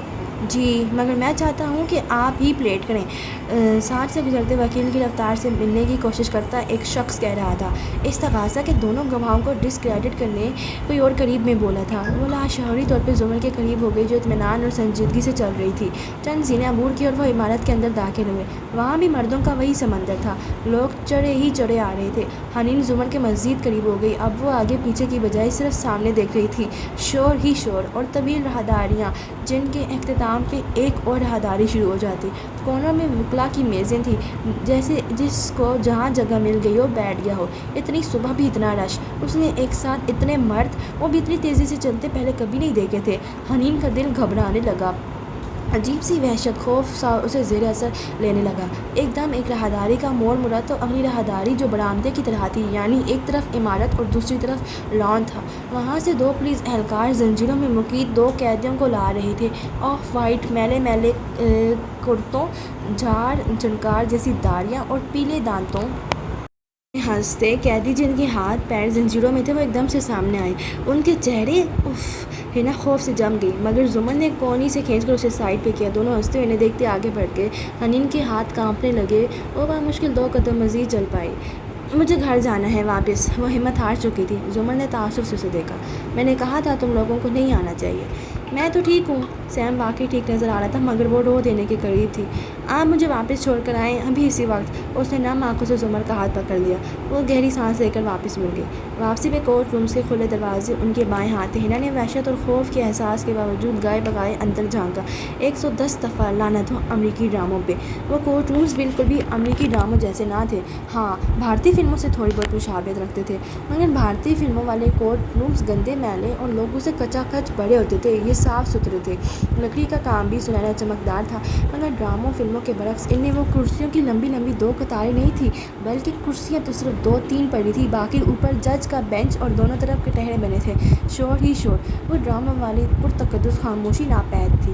کار میں واپس بیٹھتے ہوئے اس نے زمر سے کہا تھا، میں بالکل بالکل بالکل بھی وکیل نہیں بننا چاہتی، اور خفگی سے اندر بیٹھ کر دروازے لاک کر دیے۔ سیم کو بھی اندر بٹھا لیا۔ وہ ناخوش تھا، مگر اسے اپنی بہن کا خیال رکھنے کے لیے وہاں بیٹھنا تھا، کیونکہ وہ گھر کا بڑا مرد تھا۔ زمر بار بار گھڑی دیکھتے جب واپس آئی تو میجسٹریٹ کے کمرے کے باہر اسے احمد کھڑا نظر آیا۔ اس نے بھی زمر کو دیکھ لیا تو تیزی سے قریب آیا۔ مسز زمر، وہ فکر مند لگ رہا تھا۔ میں نے بہت کوشش کی، مگر آئی ایم سوری، میں پرچہ کٹنے سے روک نہیں سکا۔ ہوا کیا ہے؟ اس کو پھر سے فریم کیا گیا ہے، مرڈر کیس ہے، اور اس کے پاس ایلیبائی بھی نہیں ہے۔ اوہو! وہ ادھر ادھر متلاشی نظروں سے دیکھ رہا تھا۔ زمر کو معلوم تھا کہ اسے کس کا انتظار ہے۔ احمد، آپ کے یہاں رکنے کا کوئی فائدہ نہیں ہے، وہ میرا دوست ہے۔ زمر نے گہری سانس لی۔ فی الحال وہ ایسا نہیں سمجھتا۔ احمد نے آبرو تعجب سے بھینچے۔ وہ جواباً جتنے مختصر الفاظ استعمال کر سکتی تھی کر کے ساری کتھا سنا ڈالی۔ احمد کی فکر مندی پریشانی میں بدلی۔ جی میں نے یہی کہا تھا ہوٹل والوں سے کہ میں جسٹس ڈپارٹمنٹ سے ہوں، اور کیا کہتا؟ اس روز وہ ہارون صاحب کی رہائش گاہ پہ آیا تھا تو اس نے مجھ سے سوال جواب کیے تھے، میں نے محتاط جواب دیے، جھوٹ نہیں بولا۔ اور ہاں، آپ نے مجھے ٹیکسٹ بھیجا تھا کہ آپ کو کال کروں۔ Guess what? وہ ٹیکسٹ میں نے صبح دیکھا، کیونکہ وہ مجھ سے پہلے فارس کھول چکا تھا، اور اس کی ٹون نہ چاہتے ہوئے بھی ملامتی ہو گئی۔ ایسی کیا خاص بات تھی؟ احمد ایک دم شرمندہ ہو گیا۔ وہ تو کچھ بھی نہیں تھا، ذرا ٹھہر کر بتانے لگا۔ میں شادی کر رہا ہوں فاطمہ سے، کیمپین ٹیم میں میرے ساتھ کام کرتے ہیں، میں اسے منگنی کا کیا تحفہ دوں یہی پوچھنا چاہتا تھا۔ پلیز برا مت منائیے گا، نہ میں آپ کا کولیگ ہوں نہ دوست، مگر آپ سے زیادہ میرا حلقہ احباب میں کوئی سوفسٹیکیٹڈ نہیں ہے، صرف اس لیے میں غازی کو وضاحت دے دوں گا۔ زمر بس اس کو دیکھ کر رہ گئی۔ خیر مبارک ہو آپ کو، مگر اس وقت وہ آپ کو دیکھ کر کچھ الٹا سیدھا بول دے گا۔ آپ ابھی چلے جائیں، جب وہ ٹھنڈا ہو جائے گا تو میں آپ کی ملاقات کروا دوں گی۔ اور وہ متعامل متذبذب سا لوٹ گیا۔ زمر کافی دیر حساداری میں کھڑی رہی، لوگ اسی طرح آ جا رہے تھے۔ وہ ویران اداس نظروں سے سب دیکھتی رہی، ذہن بار بار اس کینڈل لائٹ ڈنر میں کی گئی اس کی سلگتی باتوں پہ بھٹک جاتا، مگر نہیں، ابھی یہ سب نہیں سوچنا تھا۔ دفتر میں سیدھی ہوئی۔ پولیس اہلکار اسے لا رہے تھے۔ رات والی جینس اور گرے شرٹ میں ملبوس، ایک رات میں ہی شیو بھری لگتی تھی۔ زمر کو دیکھ کر اس کی سنہری آنکھیں سکڑی، ان میں چبھن اتری، مگر منہ میں کچھ چباتا آگے بڑھتا رہا۔ وہ ہلکا سا مسکرائی، مگر اگلے ہی پل مسکراہٹ غائب ہوئی۔ فارس کے قریب سیاہ کوٹ اور ٹائی میں ملبوس خلجی صاحب چلتے آ رہے تھے۔ Don't you dare! زمر کے سر پہ لگی تلووں پہ بچھی۔ وہ قریب آئے تو وہ بظاہر مسکرا کر خلجی صاحب کی طرف گھومی۔ آپ یہاں خیریت سے خلجی صاحب؟ یہ میرے وکیل ہیں۔ وہ چپتی آنکھوں زمر پہ جمائے بولا۔ زمر نے سلگتی نظروں سے اسے دیکھا، مگر ہنوز مسکراتے ہوئے بولی، آخری اطلاعات تک میں تمہاری وکیل تھی۔ خلجی صاحب فون پہ بات کر رہے تھے۔ سر کے اشارے سے اسے سلام کیا۔ فارس چند قدم چل کر اس کے بالکل مقابل آ کھڑا ہوا، جتنی اجازت اس کی زنجیر اس کو دیتی تھی، اور اس نے آنکھوں میں جھانکا۔ زمر بی بی، مجھے آپ سے کسی اچھائی کی امید نہیں ہے، دبی سرگوشی میں بولا۔ وہ اس سے لمبا تھا، زمر کو چہرہ اٹھا کر اس کی آنکھوں میں دیکھنا پڑ رہا تھا۔ ان سے ہے؟ وہ میرے ساتھ وفادار ہیں، چبا چبا کر الفاظ ادا کیے۔ اچھا! زمر دانت پہ دانت جما کر مسکرائی، پھر سر کو خم دیا اور وہاں سے ہٹ گئی۔ خلجی صاحب فون بند کر چکے تھے، اب اس سے حال احوال دریافت کرنے لگے۔ وہ جواب دیتی چند قدم آگے چلی آئی، پھر مزید چند قدم، یہاں تک کہ وہ دونوں فارس کی حد سماعت سے دور ہو گئے۔ وہ تیکھی نظروں سے ان دونوں کو بات کرتے دیکھنے لگا۔ چند منٹ بعد وہ واپس اس کی طرف آئے۔ خلجی صاحب نے خوشگوار انداز میں زمر کو دیکھتے فارس کو مخاطب کیا۔ تم فکر نہ کرنا، زمر اچھے سے سب ہینڈل کر لیں گی، میں پھر اپنے آفس کی طرف جاتا ہوں۔ فارس کا شانہ تھپکا اور زمر کو گرم جوشی سے الوداع کہتے ہوئے آگے چلتے گئے۔ زمر نے مسکرا کر فارس کو دیکھا۔ وفادار؟ ہاں۔ کیا کہا ہے آپ نے ان سے؟ وہ خشک انداز میں بولا۔ بلکہ کس چیز سے بلیک میل کیا ان کو؟ ایک یہی کام تو آتا ہے آپ کو؟ جب تم 4 سال جیل میں لوگوں سے جھگڑ کر اپنے لیے دشمن بنا رہے تھے نا، تو میں ایک سیاسی عہدے پہ کام کر رہی تھی۔ یہاں لوگ میری بات نہیں ڈالا کرتے۔ وہ بھی اتنی تلخی سے بولی۔ ہاں، میں نے تم سے جھوٹ بولے تھے، احمر کو بھی ہائر کیا تھا، لیکن تمہارے خلاف نہیں۔ میں نے ایسا کچھ نہیں کیا جو تم سمجھ رہے ہو۔ دیکھو، ابھی وقت کم ہے، تمہارا نام ابھی پکارا جائے گا۔ اس وقت کو لڑنے میں ضائع مت کرو۔ ویسے بھی زیادہ سے زیادہ 3 ہفتے بعد ٹرائل شروع ہو جائے گا۔ تم ان 3 ہفتوں میں جتنے وکیل ڈھونڈ سکتے ہو ڈھونڈ لو، میں کسی ایک کو بھی تمہاری طرف نہیں رہنے دوں گی۔ اس لیے ان 3 ہفتوں کے لیے مجھے اپنا وکیل رہنے دو۔ جس دن ٹرائل شروع ہوا اس دن تم فیصلہ کر لینا، مجھے فائر کر دینا، میں چلی جاؤں گی، لیکن اس سے پہلے نہیں، اوکے؟ غصے اور سمجھانے والے ملے جلے انداز میں وہ بول کر چپ ہوئی، تو وہ بھی چند لمحے سوچتا رہا۔ آپ کو اگر میرا وکیل رہنا ہے تو ایک کام کریں۔ وہ گہری سانس بھر کے رہ گئی۔ کہو۔ شیزا ملک، وہ لڑکی، اے ایس پی کی کزن اور سالی، وہ 2 دن پہلے کوما سے نکل آئی ہے، سو آپ نے اس امر کو یقینی بنانا ہے کہ وہ نیاز بیگ کو جیل سے نکلنے نہ دے۔ کیسے؟ یہ میرا سر درد نہیں ہے۔ حکم صادر کر کے وہ پلٹ گیا۔ زمر اسے دیکھ کر رہ گئی۔ راہداری میں بھانت کی بولیاں ہنوز گونج رہی تھی۔ جسے گئے ہوئے خود سے ایک زمانہ ہوا، وہ اب بھی تمہیں بھٹکتا ہے۔ اب بھی آ جاؤ۔ گولف کلب کے سبزہ زاروں پہ زمردی قالین سا جرحا لگتا تھا۔ فضا میں آتے سرما کی مہکتی گھاس پہ گویا لمبا لیٹا نرم دھوپ سینک رہا تھا۔ وہ دونوں گھاس پہ آگے چلتے جا رہے تھے۔ ہارون نے ٹی شرٹ کے اوپر بھی کیپ اوڑھ رکھی تھی اور جواہرات نے گھٹنوں تک آتا سادہ کرتا پہن رکھا تھا اور بال جوڑے میں بندھے تھے۔ اتنے کیجول حولیے میں بھی وہ نازک اور خوبصورت لگ رہی تھی۔ پچھلے ماہ اس نے آنکھوں کی کاسمیٹک سرجری آئی لفٹ کروائی تھی، جس سے اس کی آنکھیں زیادہ بڑی اور گہری لگنے لگی تھی۔ میں تمہیں آج بھی پہلے کی طرح گولف میں ہرا سکتا ہوں، مسکرا کر اس کی طرف چہرہ کر کے بولا۔ برسوں پہلے میں ایک بیوقوف لڑکی تھی جو تمہاری باتوں میں آ کر تمہارے ساتھ زندگی گزارنے کی خواب دیکھنے لگی تھی، وہ بھی تپانے والی مسکراہٹ کے ساتھ بولی۔ ہارون ٹھہر گئے، اس کو قدرے افسوس سے دیکھا۔ یہ رشتہ ختم کرنے میں تم نے پہل کی تھی، اتنے دن بعد تم نے بالآخر یہ ذکر چھیڑ ہی دیا، تو اپنی تصحیح کر لو ہارون۔ وہ سینے پہ بازو لپیٹتے اس کے سامنے آئی اور سرد مسکراہٹ کے ساتھ اس کی آنکھوں میں جھانکا۔ ہمارے درمیان کبھی کوئی رشتہ نہیں تھا، تم اور میں اچھے دوست تھے، بلکہ دوستوں سے بڑھ کر تھے۔ پھر ہم نے شادی کا فیصلہ کیا تھا اور ہمارے خاندان کو اس پہ اعتراض نہیں تھا، اور پھر تم نے مجھے ٹھکرا کر اورنگزیب سے شادی کی تھی۔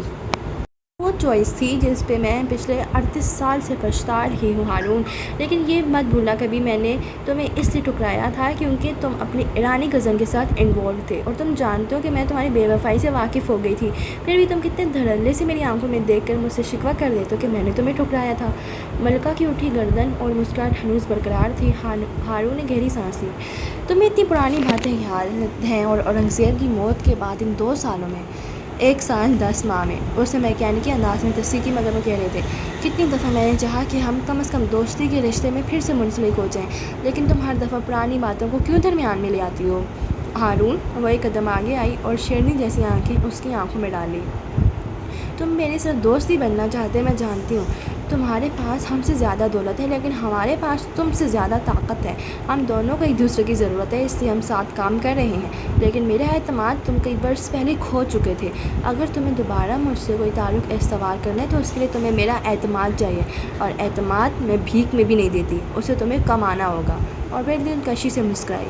سو محنت کرو ہارون، شاید کہ تم کھویا ہوا اعتماد کما لو۔ پھر سر کے خم سے اشارہ کیا۔ ملازم فوراً حاضر ہوا۔ دلچسپی سے کٹ لیا گیا ہے۔ ہارون صرف مسکرائے اور کھیل کی طرف متوجہ ہوئے۔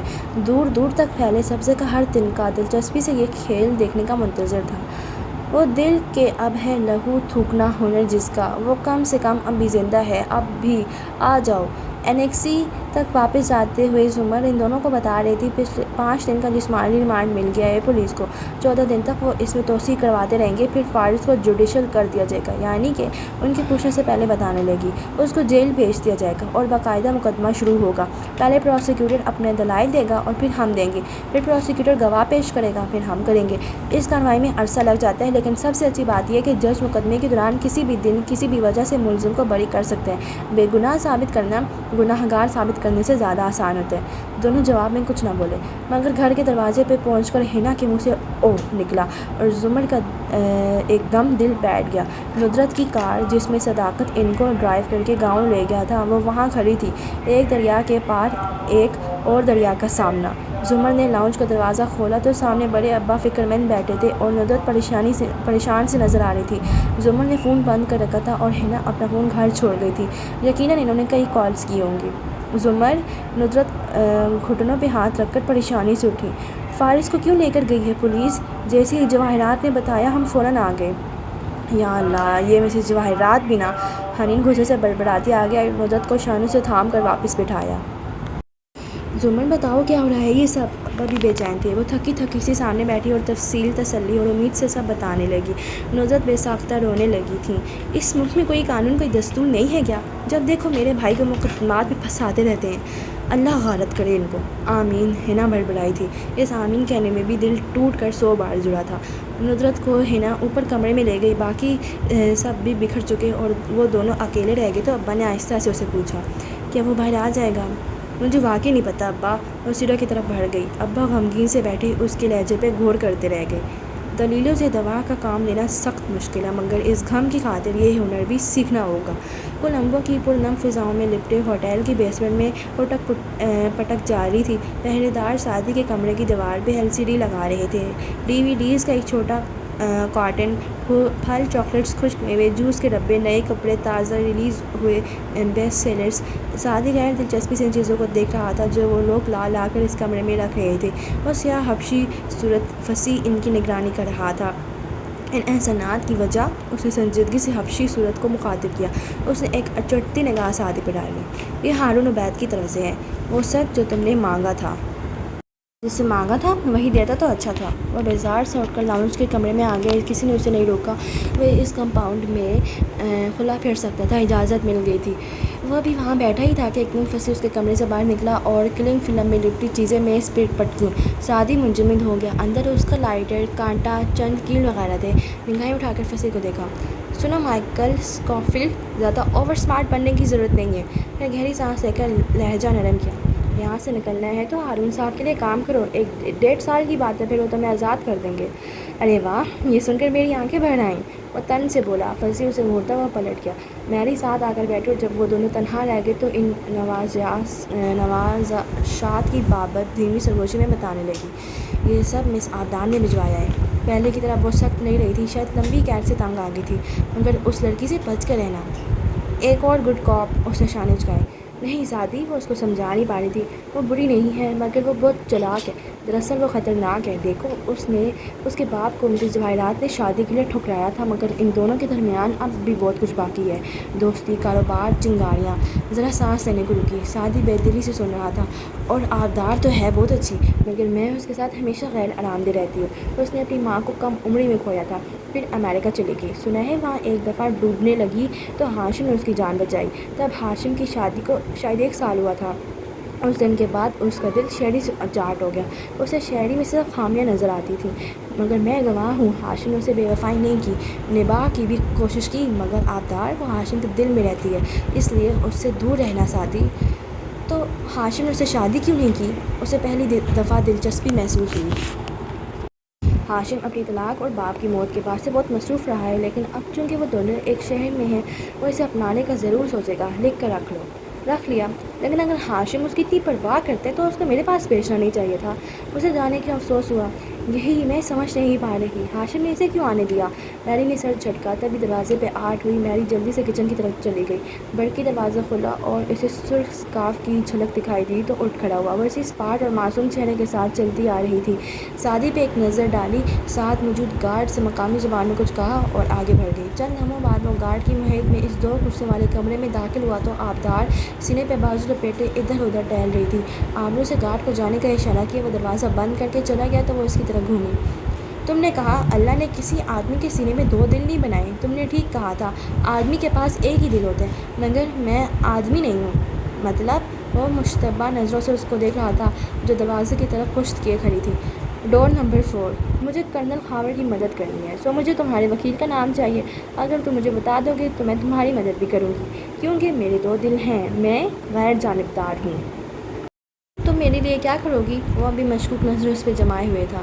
یہ فارس غازی نے تمہارے لیے بھیجا ہے۔ اس نے سینے پہ لپٹے بازو کھولے اور ایک ہاتھ میں پکڑا طے شدہ کاغذ دور سے دکھایا۔ وہ اسے چند قدم کے فاصلے پہ کھڑی تھی۔ میں کیسے یقین کروں کہ تم جھوٹ نہیں بول رہی؟ میری شکل پہ لکھے کہ میں جھوٹ نہیں بول رہی۔ خیر تم اس کی لکھائی پہچان لینا، یہ اسی نے لکھا ہے، لیکن کاغذ والا ہاتھ پہلو میں گرا لے۔ میں تمہیں یہ تب دوں گی جب تم مجھے وکیل کا نام بتاؤ گے۔ سعدی کی آنکھیں پتلیاں سکیڑے کتنے ہی لمحے اسے دیکھتا رہا۔ فارس غازی کو معلوم ہے میں کہاں ہوں، کس کے پاس ہوں؟ اس کو سب معلوم ہے، اب نام بتاؤ۔ وہ جیسا فیصلہ کر کے آئی تھی۔ تم سچ کہہ رہی ہو؟ ٹھیک ہے، اسے گہری سانس لی، لیکن میں وکیل کا نام صرف ہاشم کو بتاؤں گا۔ ہاشم درمیان میں کہاں سے آ گیا؟ اس کے ابرو ناخوشی سے بھیجے۔ درمیان میں نہیں، سعدی نے غور سے اسے دیکھتے کہا، وہ اس وقت تمہارے پیچھے کھڑا ہے۔ آبدار کرنٹ کھا کر دروازے کی طرف پلٹی، وہاں کوئی نہیں تھا، لیکن اس سے پہلے کہ وہ سنبھلتی، سعدی نے ایک دم جھپٹ کر اس کے ہاتھ سے کاغذ کھینچ لیا۔ سب اتنی تیزی سے ہوا کہ اس نے اگلے ہی لمحے خود کو ششدر اور خالی ہاتھ کھڑے پایا۔ قید خانہ انسان کو بہت کچھ سکھا دیتا ہے، مس۔ محظوظ سا مسکرا کر وہ چند قدم پیچھے ہٹا اور کاغذ کھول کر ایک نظر ان الفاظ پہ ڈالی، پھر نگاہ اٹھا کر دیکھا، وہ شوق سے نکل آئی تھی اور غصہ اس کی آنکھوں میں ابھر رہا تھا۔ واپس کرو، گارڈز کو بلا لو، وہی مجھ سے چھین سکتے ہیں اب یہ۔ اوکے فائن، اب تمہیں یہ مل گیا ہے، اب مجھے نام بتا دو۔ ذرا بے بسی بڑی خفگی سے سینے پہ بازو لپیٹے بولی۔ سعدی نے ایک دفعہ پھر ان حروف کو پڑھا، کچھ دیر سوچتا رہا، پھر کاغذ اس کی طرف بڑھا دیا۔ میں نے کہا نا ہاشم کو بتا دوں گا نام، تو اسی کو بتاؤں گا۔ آپ ہی نے آہستہ سے کاغذ تھاما، کچھ دیر لب کاٹتے رہی، غصہ قدر کم ہوا۔ تمہیں سمجھ آ گیا وہ تمہیں کیا کہنا چاہتا ہے؟ ہمن کا مطلب کیا ہوا؟ اچنبے سے استفسار کیا۔ خودکشی، وہ جل کر بولا تھا، اس پیغام پہ اسے جیسے غصہ آیا تھا۔ اس نے کہا تھا یہ تمہاری آزادی کا پروانہ ہے، ان کا دماغ خراب ہے۔ آبدار چند قدم کا فاصلہ عبور کر کے اس کے سامنے آ کھڑی ہوئی اور اس کی آنکھوں میں دیکھا۔ اس آدمی کا دماغ ہرگز خراب نہیں ہے، تم نہیں جانتی فارس غازی کو، وہ جلایا۔ وہ ہاتھوں سے سوچتے ہیں، ان کا غصہ ان کی ججمنٹ کو دھندلا دیتا ہے، اس لیے ہمیشہ مصیبت میں پھنس جاتے ہیں۔ وہ کچھ نہیں کر سکتے۔ میں یہاں اتنے مہینوں سے قید ہوں، ان کو معلوم ہے میں کہاں ہوں، پھر بھی مجھے نہیں بچانے آئے، وہ شکوہ کر گیا تھا۔ سعدی یوسف، مجھے نہیں معلوم تم انسانوں کو کتنا پہچانتے ہو، لیکن میں ایک عاملِ تنویم ہوں، مجھے انسانوں کو پڑھنا آتا ہے، اور جس فارس غازی سے میں ملی تھی وہ ویسے نہیں ہیں جیسا تم اس کو جانتے ہو۔ شاید وہ کبھی ویسا رہا ہو، لیکن اب نہیں ہے۔ مجھے نہیں پتہ ان حروف کا کیا مطلب ہے، لیکن میں تمہیں ایک بات ذہن میں بٹھا لینی چاہیے۔ اس کی بھوری آنکھوں کو دیکھتے ہمدردی سے آواز آہستہ کی، تمہیں یہاں سے نکالنے کوئی نہیں آئے گا، نہ میں، نہ فارس غازی، نہ تمہارے خاندان میں سے کوئی اور۔ تمہیں یہاں سے صرف ایک شخص نکال سکتا ہے، اور اس کا نام سعدی یوسف ہے۔ تمہیں اپنے آپ کو خود ریسکیو کرنا ہوگا۔ آپ کے گارڈز کی مہربانی سے انہوں نے میری لاک پک بھی آج چھین لی ہے۔ لاک پک؟ اس کی آنکھیں تعجب سے پھیلی۔ تمہیں لگتا ہے یہ لاک پک سے کھلنے والے دروازے ہیں؟ یہاں ریٹینا سینسر لگے ہیں سعدی یوسف، ان کو یہ گارڈز بھی نہیں کھول سکتے۔ ویسے میں نے تمہاری پروفائل پڑھی تھی جو فصیح نے بنا کر دی تھی۔ تم سعدی، تم فارس غازی نہیں ہو جو ہر لاک کھول لو گے یا ان گارڈ سے ہاتھا پائی کر کے یہاں سے بھاگ جاؤ گے۔ نہ تمہیں لڑنا آتا ہے، نہ گن چلانے آتی ہے، نہ ان دروازوں کے لاکس کھولنا آتے ہیں۔ فصیح نے بتایا تم نے ہاشم کے ڈاکیومنٹس بھی چرائے تھے، مگر تم کمپیوٹرز میں بھی اتنے اچھے نہیں ہو، ان کی انکرپشن کو بھی نہیں کھول سکتے۔ نہ تم اچھے بلیک میلر ہو، نہ ہی پڑھائی میں تم کوئی بہت اعلیٰ اور عارفہ تھے۔ وہ ٹیلنٹ جو تمہارے ارد گرد کے لوگوں کے پاس ہے وہ تمہارے پاس نہیں ہے۔ سعدی کی آنکھوں میں شدید ناگواری اُبلی۔ سو تمہارا مطلب ہے مجھے کچھ نہیں آتا؟ ایکچولی جب تمہارے باپ نے مجھے قید نہیں کیا تو میں اپنی دنیا میں رہ رہا تھا، تب لوگ مجھے بہت پسند کرتے تھے۔ کبھی سوچا لوگ تمہیں کیوں پسند کرتے تھے؟ ہر شخص کے پاس ایک ٹیلنٹ ہوتا ہے۔ تم لاک پکس جمع کرنا چھوڑ دو کیونکہ وہ تمہارا ٹیلنٹ نہیں ہے۔ تمہیں ایک ہی چیز کرنی آتی ہے زندگی میں، اور اسی چیز کی وجہ سے لوگ تمہیں پسند کرتے ہیں۔ سعدی کے ابرو تعجب سے اٹھے۔ کیا تمہاری باتیں؟ واٹ؟ اسے عجیب سا لگا۔ سعدی، تمہاری قائل کرنے والی زبان ہی تمہارا سب سے بڑا ٹیلنٹ ہے۔ تم لوگوں کو کنونس کر سکتے ہو۔ میں نہیں کر سکتا۔ اسے خود بھی یقین نہیں آیا تھا۔ کیوں؟ کیا تم نے ابھی مجھے کنونس نہیں کیا کہ ہاشم میرے پیچھے کھڑا ہے؟ وہ چن کر اسے دیکھنے لگی۔ آبی نے سر جھٹکا۔ آل رائٹ، میرا کام ختم ہوا، تم جانو اور ہاشم جانے۔ وہ گہری نظر اس پہ ڈالتی باہر نکل گئی۔ سعدی ناخوشی سے کھڑا انہی الفاظ کو سوچتا رہا۔ اپنوں کی مشکلوں سے بوجھل سا دل ہے رہتا۔ اکتوبر کے وسط سے موسم بدلنے لگا۔ سرما کی پہلی دستک سنائی دے رہی تھی، مگر تھانے کے اندر وہی خوف، وحشت اور تشدد کا موسم تھا۔ وہ ایک کمرے میں کرسی پہ بیٹھے تھے۔ زمر کی وجہ سے اس کو چند سہولتیں مل جاتی تھیں جن پہ وقت بے وقت کی ملاقاتیں بھی تھیں۔ وہ خاموش، سنجیدہ سا پلکیں سکیڑ کر احمد کو دیکھ رہا تھا، جبکہ وہ وضاحت دے رہا تھا۔ دیکھو، زمر نے واقعی مجھے ہائر کیا تھا، لیکن تمہیں پھنسانے کے لیے نہیں۔ میں ایک کلائنٹ پریویلیج کے تحت تمہیں نہیں بتا سکتا تھا۔ کیوں ہائر کیا تھا اس نے تمہیں؟ اس کی چپتی نظریں احمد پہ جمی تھیں۔ وہ تو میں تمہیں اب بھی نہیں بتا سکتا کیونکہ یہ ورک ایتھکس کے خلاف ہے۔ اگر یہ تب غلط تھا تو اب بھی غلط ہے۔ وہ بتا دیں تو الگ بات ہے، لیکن مجھے ہماری دوستی بہت عزیز ہے، اس لیے میری طرف سے اپنا دل صاف کر لو۔ کر لیا؟ اور کچھ؟ اس کا لہجہ ٹھنڈا اور نگاہیں ہنوز پرتپش تھیں۔ احمد گہری سانس لے کر پیچھے ہوا، پھر سوچتے ہوئے کندھے اچکائے۔ مطلب تم واقعی سوچ سکتے ہو کہ چڑے مسز زمر تمہیں یوں جیل بھجوا سکتی ہیں؟ میں بہت کچھ سوچ سکتا ہوں، مگر انہوں نے ایسا کچھ نہیں کیا غازی۔ تو ثابت کرو۔ وہ اسپاٹ لہجے میں کہہ کے پیچھے ہو بیٹھا۔ احمد کی آنکھوں میں چمڑا ابھرا۔ کیسے؟ مجھے ایک شخص سے ملنا ہے، صرف 15 منٹ کے لیے، وہ کہہ رہا تھا، مگر احمد کی آنکھیں پھیلی۔ فوراً ہاتھ اٹھا کے روکا۔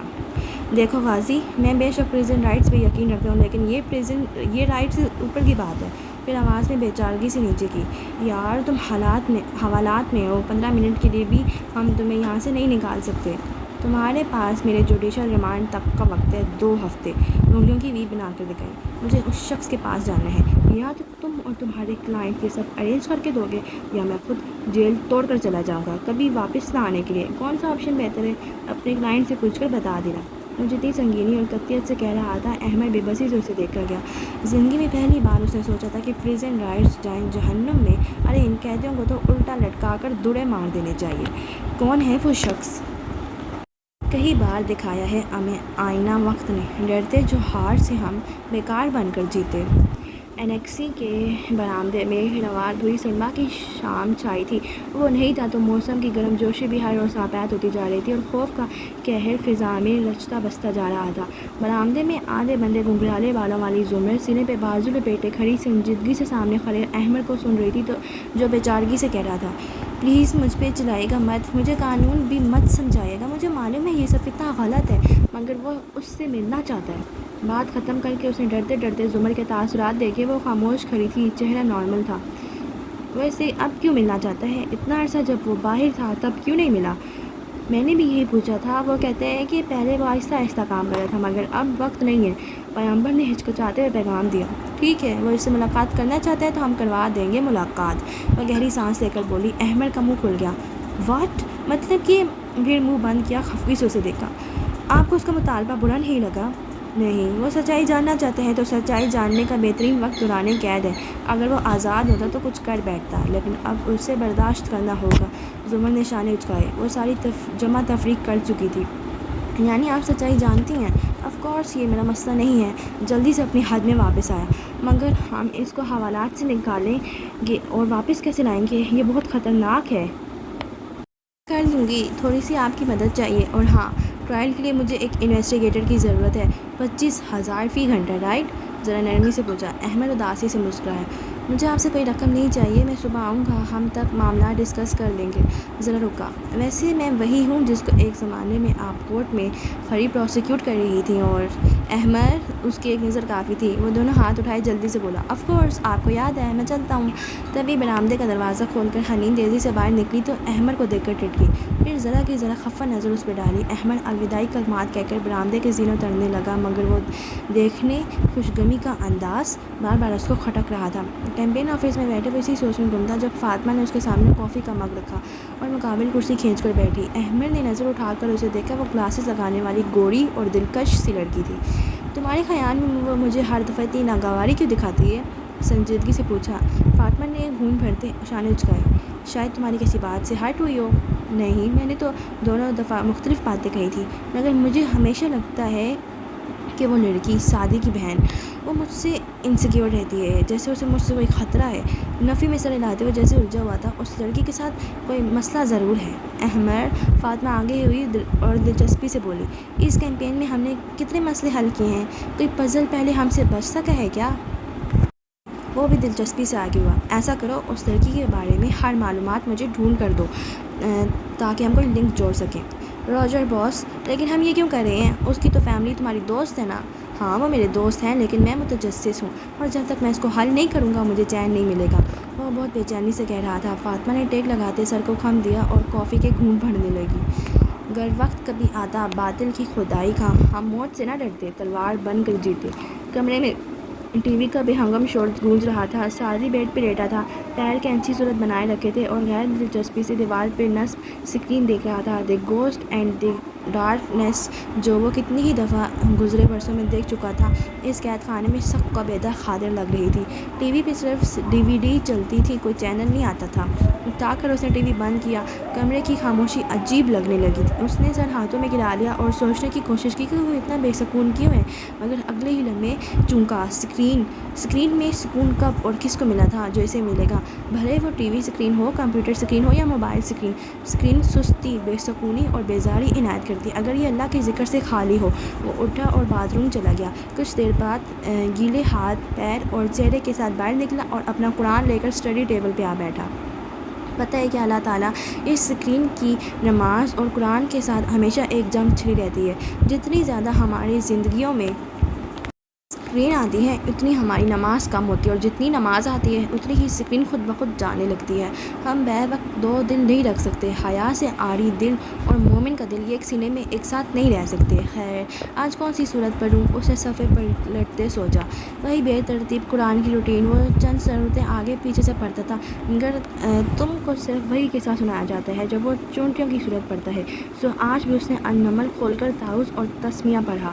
میں اللہ کی پناہ مانگتا ہوں دھتکارے ہوئے شیطان سے، شروع اللہ کے نام سے جو بہت مہربان، بار بار رحم کرنے والا ہے۔ اس نے آیات دیکھی۔ ملکہ سبا کو سلیمان علیہ السلام کا خط مل چکا تھا، اور اس کے پڑھنے کے بعد کا قصہ کچھ یوں تھا۔ وہ کہنے لگی اسے، سردارو، مجھے میرے کام میں مشورہ دو، تمہارے حاضر ہوتے ہوئے میں خود سے کوئی قطعی فیصلہ نہیں کرنے والی۔ انہوں نے کہا، ہم قوت والے ہیں اور سخت زور والے ہیں، اور معاملہ تمہارے ہاتھ میں ہے، تو دیکھ لو کہ تم کیا حکم دیتی ہو۔ سو کیا مطلب ہوا ان آیات کا؟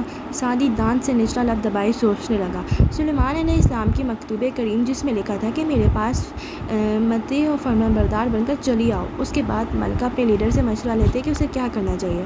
مشورے کے لیے یہاں پر افتونی کا لفظ استعمال ہے، یعنی مجھے فتویٰ دو۔ اللہ تعالیٰ آپ نے مشورے کا لفظ نہیں استعمال کیا، فتوے کا کیا۔ فتویٰ کہتے ہیں کسی مشکل مسئلے کے جواب کو۔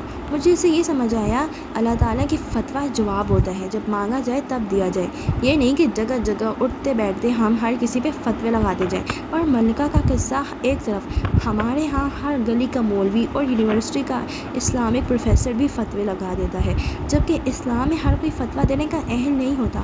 مفتی کا مقام حاصل کرنے کے لیے خاص تقاضے پورے کرنے ہوتے ہیں۔ وہ کہہ رہا تھا اور کمرے کا وحشت ناک سناٹا آہستہ آہستہ سکونیت بھری خاموشی بدل رہا تھا۔ ویسے انسان کو ہمیشہ مشورہ کرنا چاہیے۔ مشورہ انسان کو رسوائی سے بچا لیتا ہے۔ بہترین مشورہ اللہ سے مشورہ ہوتا ہے اور بہترین فتویٰ دل کا فتویٰ ہوتا ہے، آخری فتویٰ۔ خیر، اس نے صفحے کو دیکھا۔ ملکہ نے مشورہ مانگا تو سردارانے قوم نے اپنی طاقت بھی واضح کر دی اور آخری فیصلہ بھی ملکہ کے ہاتھ میں دے دیا۔ پھر آگے کیا ہوا؟ وہ پڑھنے لگا۔ وہ کہنے لگی کہ بے شک جب بادشاہ کسی بستی میں داخل ہوتے ہیں تو وہاں فساد کرتے ہیں اور وہاں کے رہنے والے عزت دار لوگوں کو ذلیل کر دیتے ہیں، اور وہ اسی طرح کیے کرتے ہیں۔ سعدی کو کچھ یاد آیا۔ اللہ تعالیٰ یہ آخری الفاظ اور وہ اسی طرح کیے کرتے ہیں، ان کے بارے میں دو آراء ہیں نا۔ پہلی رائے یہ کہ یہ ملکہ کا ہی قول ہے، مگر مجھے دوسری رائے زیادہ بھلی معلوم ہوتی ہے کہ اللہ تعالیٰ کا تبصرہ ہے ملکہ کی بات پہ، کہ واقعی ہی طاقت کے نشے میں گم لوگ دوسروں کی عزتوں کی پرواہ کہاں کرتے ہیں۔ کمرے کی وحشت کسی حد تک کم ہو چلی تھی۔ اس کا منتشر ذہن دھیرے دھیرے کئی دن بعد فوکس کر پا رہا تھا۔ وہ عربی میں اقری آیات پڑھنے لگا۔ اور بے شک میں بھیجنے والی ہوں ان سلیمان علیہ السلام کی طرف ایک ہدیہ، پھر دیکھتی ہوں کہ ہمارے قاصد کس چیز کے ساتھ لوٹتے ہیں۔ واہ ملکہ، مشورہ آپ نے ضرور مانگا سرداران قوم سے، لیکن آخر میں تو کی آپ نے اپنی ہی مرضی۔ وہ مصنوعی سا خفا ہوا۔ مجھے ہمیشہ یہ آیات پڑھتے ہوئے لگتا ہے کہ ملکہ ایک تو اپنے لیڈرز کو چیک کر رہی تھی، دوسرا وہ جنگ کے بجائے امن کے پیغام کو جسٹیفائی بھی کر رہی تھی۔ چونٹیوں کی ملکہ کی طرح وہ بھی اپنی قوم کے لیے مخلص تھی اور سب کا سوچتی تھی۔ وہ قطعی فیصلہ کر سکتی تھی، مگر وہ تھی ایک عورت ہی۔ اس کو ایک فیصلہ لینے سے پہلے بھی بہت سے لوگوں کو اس فیصلے کی وضاحتیں اور صفائیاں دینی تھی۔ وہ ملکہ ہو کر بھی چونٹی تھی، مگر وہ درست تھی۔ عورت اگر کبھی خاندان میں دب بھی جائے، جہاریت کا جواب بھی صلح صفائی سے دے اور بظاہر چونٹیوں کی طرح اندھی اور خاموش زندگی بھی گزاری ہو، تو وہ بھی کوئی بری بات نہیں ہوتی۔ بہت سے لوگوں کے لیے سکون کے لیے اپنی انا کی قربانی دینا برا کیسے ہو سکتا ہے بھلا؟ سعدی نے سر جھٹکا اور توجہ اگلی آیت کی طرف مرکوز کی۔ تو جب وہ قاصد آئے سلیمان کے پاس تحفے لے کر، تو وہ کہنے لگا، کیا تم مال کے ذریعے میری مدد کرنا چاہتے ہو؟ تو جو اللہ نے مجھے عطا کر رکھا ہے وہ اس سے بہتر ہے جو اس نے تم کو عطا کر رکھا ہے، بلکہ اپنے تحفوں کے ساتھ تم خود بھی خوش ہوتے ہو۔ واپس جاؤ ان کے پاس، ورنہ البتہ ہم ضرور ان کے پاس ایسے لشکر لائیں گے جن کے مقابلے کی طاقت ان میں نہ ہوگی، اور ہم ان کو ان کی بستی سے ذلیل کر کے نکالیں گے اور وہ پست ہو کر رہیں گے۔ سبحان اللہ! سعدی نے گہری سانس لی۔ تحفے تحائف دینا پسندیدہ عمل ہے۔ آپ صلی اللہ علیہ وآلہ وسلم بھی لیا بھی کرتے تھے، مگر سلیمان علیہ السلام نے کیوں یہ تحفہ قبول نہیں کیا؟ کیونکہ یہ رشوت تھی۔ رشوت اس شے کو کہا جاتا ہے جو جائز کو ناجائز یا ناجائز کو جائز بنانے کے لیے دی جائے یا لی جائے۔ ملکہ کا تحفہ بھیجنا اس امر کی نشاندہی کر رہا تھا کہ وہ معاملہ خوشامد سے رفع دفع کرنا چاہتی تھی، مگر سلیمان علیہ السلام ان کے پھندوں میں نہیں آتے تھے۔ وہ رکا۔ مگر وہ کیوں نہیں آتے تھے ایسے پھندوں میں؟ کیا اس لیے کہ وہ پیغمبر تھے؟ نہیں، بلکہ اس لیے کہ اس نے آیت میں ہی جواب ڈھونڈا۔ اس لیے کہ انہوں نے اپنی نعمتوں کے بارے میں اعتراف کیا کہ یہ مجھے عطا کی ہیں اللہ نے، اور یہاں ان کے لاؤ لشکر، جنات، پرواز کی سواریاں مراد نہیں ہیں، یہاں مراد ہے پیغمبری، کتاب کا علم، اللہ کا قرب۔ تو جو اللہ کے آگے سجدے میں سر رکھتا ہو، اس کا سر ان پھندوں میں نہیں پھنستا۔ ان کی یہ ساری شان، یہ انکار، یہ طریقہ، یہ ان کے اصولوں کی وجہ سے تھا۔ اور اللہ، یہ تو مجھے کہنے کی ضرورت ہی نہیں ہے کہ کوئی پیغمبر کسی کو ذلیل نہیں کر سکتا۔ یہاں ذلیل کرنے اور پست کرنے سے مراد جنگ کی خون ریزی ہے۔ سلیمان علیہ السلام ملکہ کے پورے ملک کے عوام کی آخرت کی فکر کر رہے تھے۔ اگر ملکہ اور سرداران قوم نے اسی طرح پورے ملک کو سورج کی پرستش پہ لگائے رکھا تو اس قوم کو درست راہ دکھانے کے لیے حکمران طبقے کو جنگ کے ذریعے ملک سے نکالنا بھی برا سودا نہ تھا۔ وہ آیات اتنی دلچسپ تھی کہ سعدی کو وقت گزرنے کا احساس نہیں ہو رہا تھا، حالانکہ اسے سب یاد تھا کہ آگے کیا ہوگا، مگر قرآن ہر دفعہ انسان پہ نئی طریقے سے اترتا ہے۔ اب سلیمان علیہ السلام کی دربار کا منظر بتایا جا رہا تھا۔ سلیمان علیہ السلام نے کہا، اے سردارو، کون ہے تم میں سے جو ان کے متے ہو کر آنے سے قبل اس ملکہ کا تخت اٹھا کر میرے پاس لے آئے؟ وہ لہجے بھر کو ٹھہرا اور مسکرایا۔ ملکہ نے بھی کہا، اے سردارو۔ سلیمان علیہ السلام نے بھی کہا، اے سردارو۔ ملکہ نے بھی ان کی کوچت کی، سلیمان علیہ السلام نے بھی ان کی طاقت جانچنا چاہی، مگر دونوں کا انداز مختلف تھا۔ سلیمان علیہ السلام نے مشورہ نہیں مانگا، رائے نہیں مانگی، صرف جواب مانگا، کیونکہ جو وہ کرنے جا رہے تھے وہ نبوت کا معجزہ تھا، اور کچھ معاملے ایسے ہوتے ہیں جہاں آپ کو دوسروں کی آراء کے اثر سے نکل کر فیصلہ کرنے ہوتے ہیں۔ سلیمان علیہ السلام نے بھی اپنی مرضی کی، ملکہ نے بھی اپنی مرضی کی، مگر مجھے ہمیشہ لگتا ہے کہ چونکہ وہ عورت تھی اس لیے اس کو صفائی اور وضاحتیں دینی پڑ رہی تھی۔ پھر اگلے الفاظ پہ نظر دوڑائی، کہا جنات میں سے ایک عفریت دیو نے میں اس تخت کو لاؤں گا تیرے پاس تیرے اس جگہ سے اٹھنے سے قبل، اور بے شک میں اس قوی اور آمین ہوں۔ کس جگہ سے اٹھنے سے قبل؟ سعدی نے آنکھیں بند کر کے یاد کرنا چاہا، کیونکہ وہ عربی کا قرآن تھا، تفسیر لکھی ہوئی نہ تھی، اور 2 دن سے اسکرین کو دیکھ کر فوکس کم ہوتا جا رہا تھا۔ سو بدقت یاد آیا، سلیمان علیہ السلام کا دربار صبح سے نصف انہار تک لگا کرتا تھا، جن کا مطلب تھا کہ دربار ختم ہونے سے پہلے لے آؤں گا۔ فلسطین، جہاں سلیمان علیہ السلام تھے، سے قوم سبا کے ملک کا فاصلہ ہزاروں میل پہ محیط تھا۔ وہ جن اس کو چند گھنٹے میں عبور کر سکتا تھا، مگر بیچارے کو بھی اس ہدہد کی طرح اپنی امانت کی صفائی دینی پڑ رہی ہے کہ میں اس تخت کے ہیرے موتیوں سے کچھ چراؤں گا نہیں۔ سلیمان علیہ السلام کا کتنا رعب تھا اپنی رویت پہ۔ حضرت عمر بن خطاب رضی اللہ عنہ فرماتے تھے کہ جو زیادہ ہنستا ہے اس کا رعب کم ہو جاتا ہے، مگر اپنے بڑوں کی ساری باتیں ہمیں عین موقع پہ کیوں بھول جاتی ہیں؟ گردن جھکائے رکھنے سے اس کی گردن دکھنے لگی، مگر یہ طے تھا کہ پڑھتے وقت اس کو آگے پیچھے کا ہوش نہیں ہو سکتا تھا۔ کہا اس شخص نے جس کے پاس کتاب کا علم تھا، میں لاؤں گا اس تخت کو تیرے پاس تیرے پلک جھپکنے سے بھی پہلے۔ سعدی کو محسوس ہوا اس کے بازوں کے رونگٹے کھڑے ہو رہے تھے۔ پھر جب دیکھا سلیمان علیہ السلام نے اس تخت کو اپنے پاس رکھا ہوا تو کہا کہ یہ میرے رب کا فضل ہے تاکہ وہ مجھے آزمائے کہ کیا میں شکر کرتا ہوں یا ناشکری کرتا ہوں، اور جو شکر کرتا ہے تو یقیناً وہ شکر کرتا ہے اپنی ہی ذات کے لیے، اور جو کفر یعنی کفران نعمت یا ناشکری کرتا ہے تو میرا رب تو بہت بے نیاز بہت عزت والا ہے۔ سعدی نے ہلکی سی جھرجھری لی، ہونٹ سکیڑ کر سانس خارج کی۔ یہ شخص کون تھا اور اس کے پاس کون سی کتاب کا علم تھا؟ آپ نے ہمیں یہ سب نہیں بتایا اللہ۔ بعض کہتے ہیں کہ خود سلیمان علیہ السلام ہی تھے، مگر یہ قول کمزور ہے۔ زیادہ بہتر وہ رائے کہ یہ ایک انسان تھا۔ اسرائیلیت اس کا نام آصف بتاتی ہے۔ اس کے پاس کسی خاص کتاب کا علم تھا جو جادو نہیں تھا، اور وہ پلک جھپکتے میں تخت کو سلیمان علیہ السلام کے پاس لے آیا تھا۔ لوگوں کو عموماً یہ آیت بہت ہی فیسینیٹ کرتی ہے، مجھے اس سے اگلے الفاظ زیادہ فیسینیٹ کرتے ہیں۔ پلک جھپکتے میں ہزاروں میل کا فاصلہ عبور کر کے تخت آ جاتا ہے سلیمان علیہ السلام کے پاس، اور وہ کہتے ہیں کہ یہ میرے رب کا فضل ہے۔ ہمارے پاس جب پلک جھپکتے میں ہزاروں میل دور سے کوئی ای میل، کوئی فیکس، کوئی ویڈیو کال آ جاتی ہے تو ہم کہتے ہیں یہ سائنس کا فضل ہے، اسکائپ کا فضل ہے، وائی فائی کا فضل ہے۔ ایسے نہیں ہے کہ سلیمان علیہ السلام نے اس ذی علم شخص کی تعریف نہیں کی ہوگی، یقیناً کی ہوگی، مگر پہلی تعریف اللہ کی بیان کی۔ سائنس کے کرشمے ہیں، اسکائپ، وائی فائی سب، لیکن ہم پہلی تعریف اللہ کی بیان نہیں کرتے۔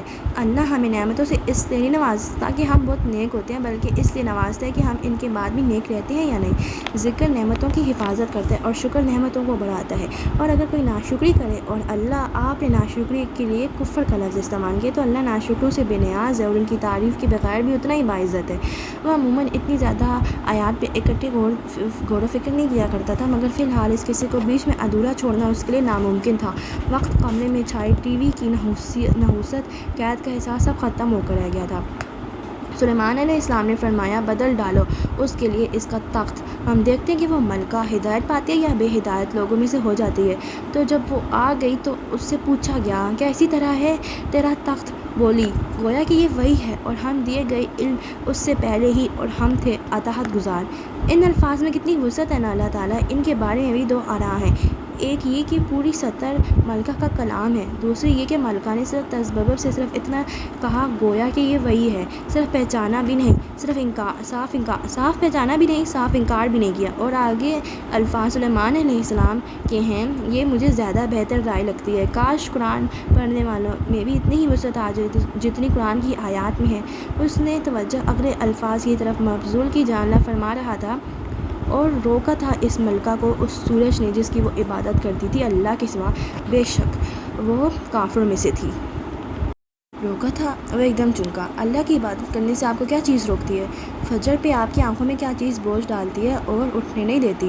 صرف نیند میں اتنی طاقت نہیں ہوتی، یہ وہ چیزیں ہوتی ہیں جن کو آپ اللہ کی سوا عبادت کرتے ہیں۔ عبادت کرتے ہیں عاجزی و انکساری سے کسی کے سامنے جھک جانے کو۔ مجھے یاد آ رہا ہے اللہ آپ نے ایک جگہ قرآن میں بتوں کی عبادت کرنے والوں کے لیے یہ الفاظ استعمال کیے ہیں کہ کیوں ہو تم ان کے آگے جم کر بیٹھنے والے۔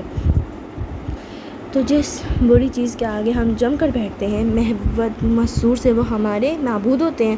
پلٹ کر ایک خفا نگاہ ٹی وی کی تاریخ اسکرین پہ ڈالی، اور جتنی زیادہ ان معبودوں کی مداخلت زندگی میں بڑھے گی اتنی نماز کم ہوگی۔ تو یہ طے ہے۔ پھر اس نے دھیان آج کے سبق کی آخری آیت پہ لگایا۔ کہا گیا ملکہ سے داخل ہو جا محل میں جو شیشوں کا بنا تھا۔ تو جب اس نے دیکھا اس شیشے کے فرش کو، سمجھی اس کو ہوش اور پنڈلیوں سے لباس اوپر اٹھا لیا، تو فرمایا سلیمان علیہ السلام نے بے شک وہ ایک محل ہے چکنا شیشے کا بنا۔ تو کہنے لگی اے میرے رب، بے شک میں نے ظلم کیا اپنی جان پر، اور میں اسلام لاتی ہوں سلیمان علیہ السلام کے ساتھ رب العالمین کے لیے۔ شیشے کا محل۔ سعدی نے ٹھنڈی سانس بھرتے مقدس کتاب بند کی۔ کہتے ہیں اس محل کا کرسٹل کلیئر گلاس فلور تھا اور اس کے نیچے پانی بہتا تھا۔ ملکہ جو پہلے ہی اتنی متاثر ہو چکی تھی اس اعجاز کو دیکھ کر تسلیم کرنے پہ مجبور ہو گئی کہ سلیمان علیہ السلام اللہ کے رسول ہیں، اور جس شے پہ وہ ہیں وہ ٹھیک ہے، اور اس کی ساری زندگی کی عبادات اور ریاضات غلط تھی۔ میں نے اللہ تعالیٰ اس آیت سے ہمیشہ ایک بات محسوس کی ہے، دین کی تبلیغ کرنے کے لیے صرف تقریر نہیں کرنی ہوتی، دوسروں کو متاثر بھی کرنا ہوتا ہے۔ سلیمان علیہ السلام نے پرندے کے ذریعے خط تخت کو لے آنے اور نمرود کے شیشے کے محل سے ملکہ کو متاثر کیا، کیونکہ سلیمان علیہ السلام کا معجزہ جنات، چرند پرند اور ایسی مخلوقات اور علوم کا مسخر کرنا تھا۔ انہوں نے اپنے معجزے سے متاثر کیا۔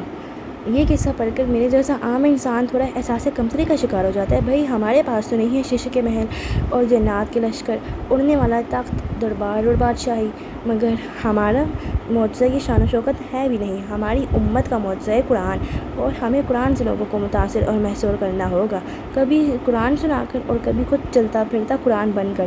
تب ہماری تبلیغ دھیان سے سنی جائے گی۔ چہرے کو ہاتھوں میں گرا کر وہ دعا مانگنے لگا۔ چونکہ تلاوت ختم ہو چکی تھی تو کمرے کی وحشت ویسے ہی محسوس ہونے لگی، گویا کہ وہ پہلے سے بہت کم تھی، مگر وہ وہاں موجود تھی۔ یہ چیزیں تیزی سے ختم نہیں ہوا کرتی۔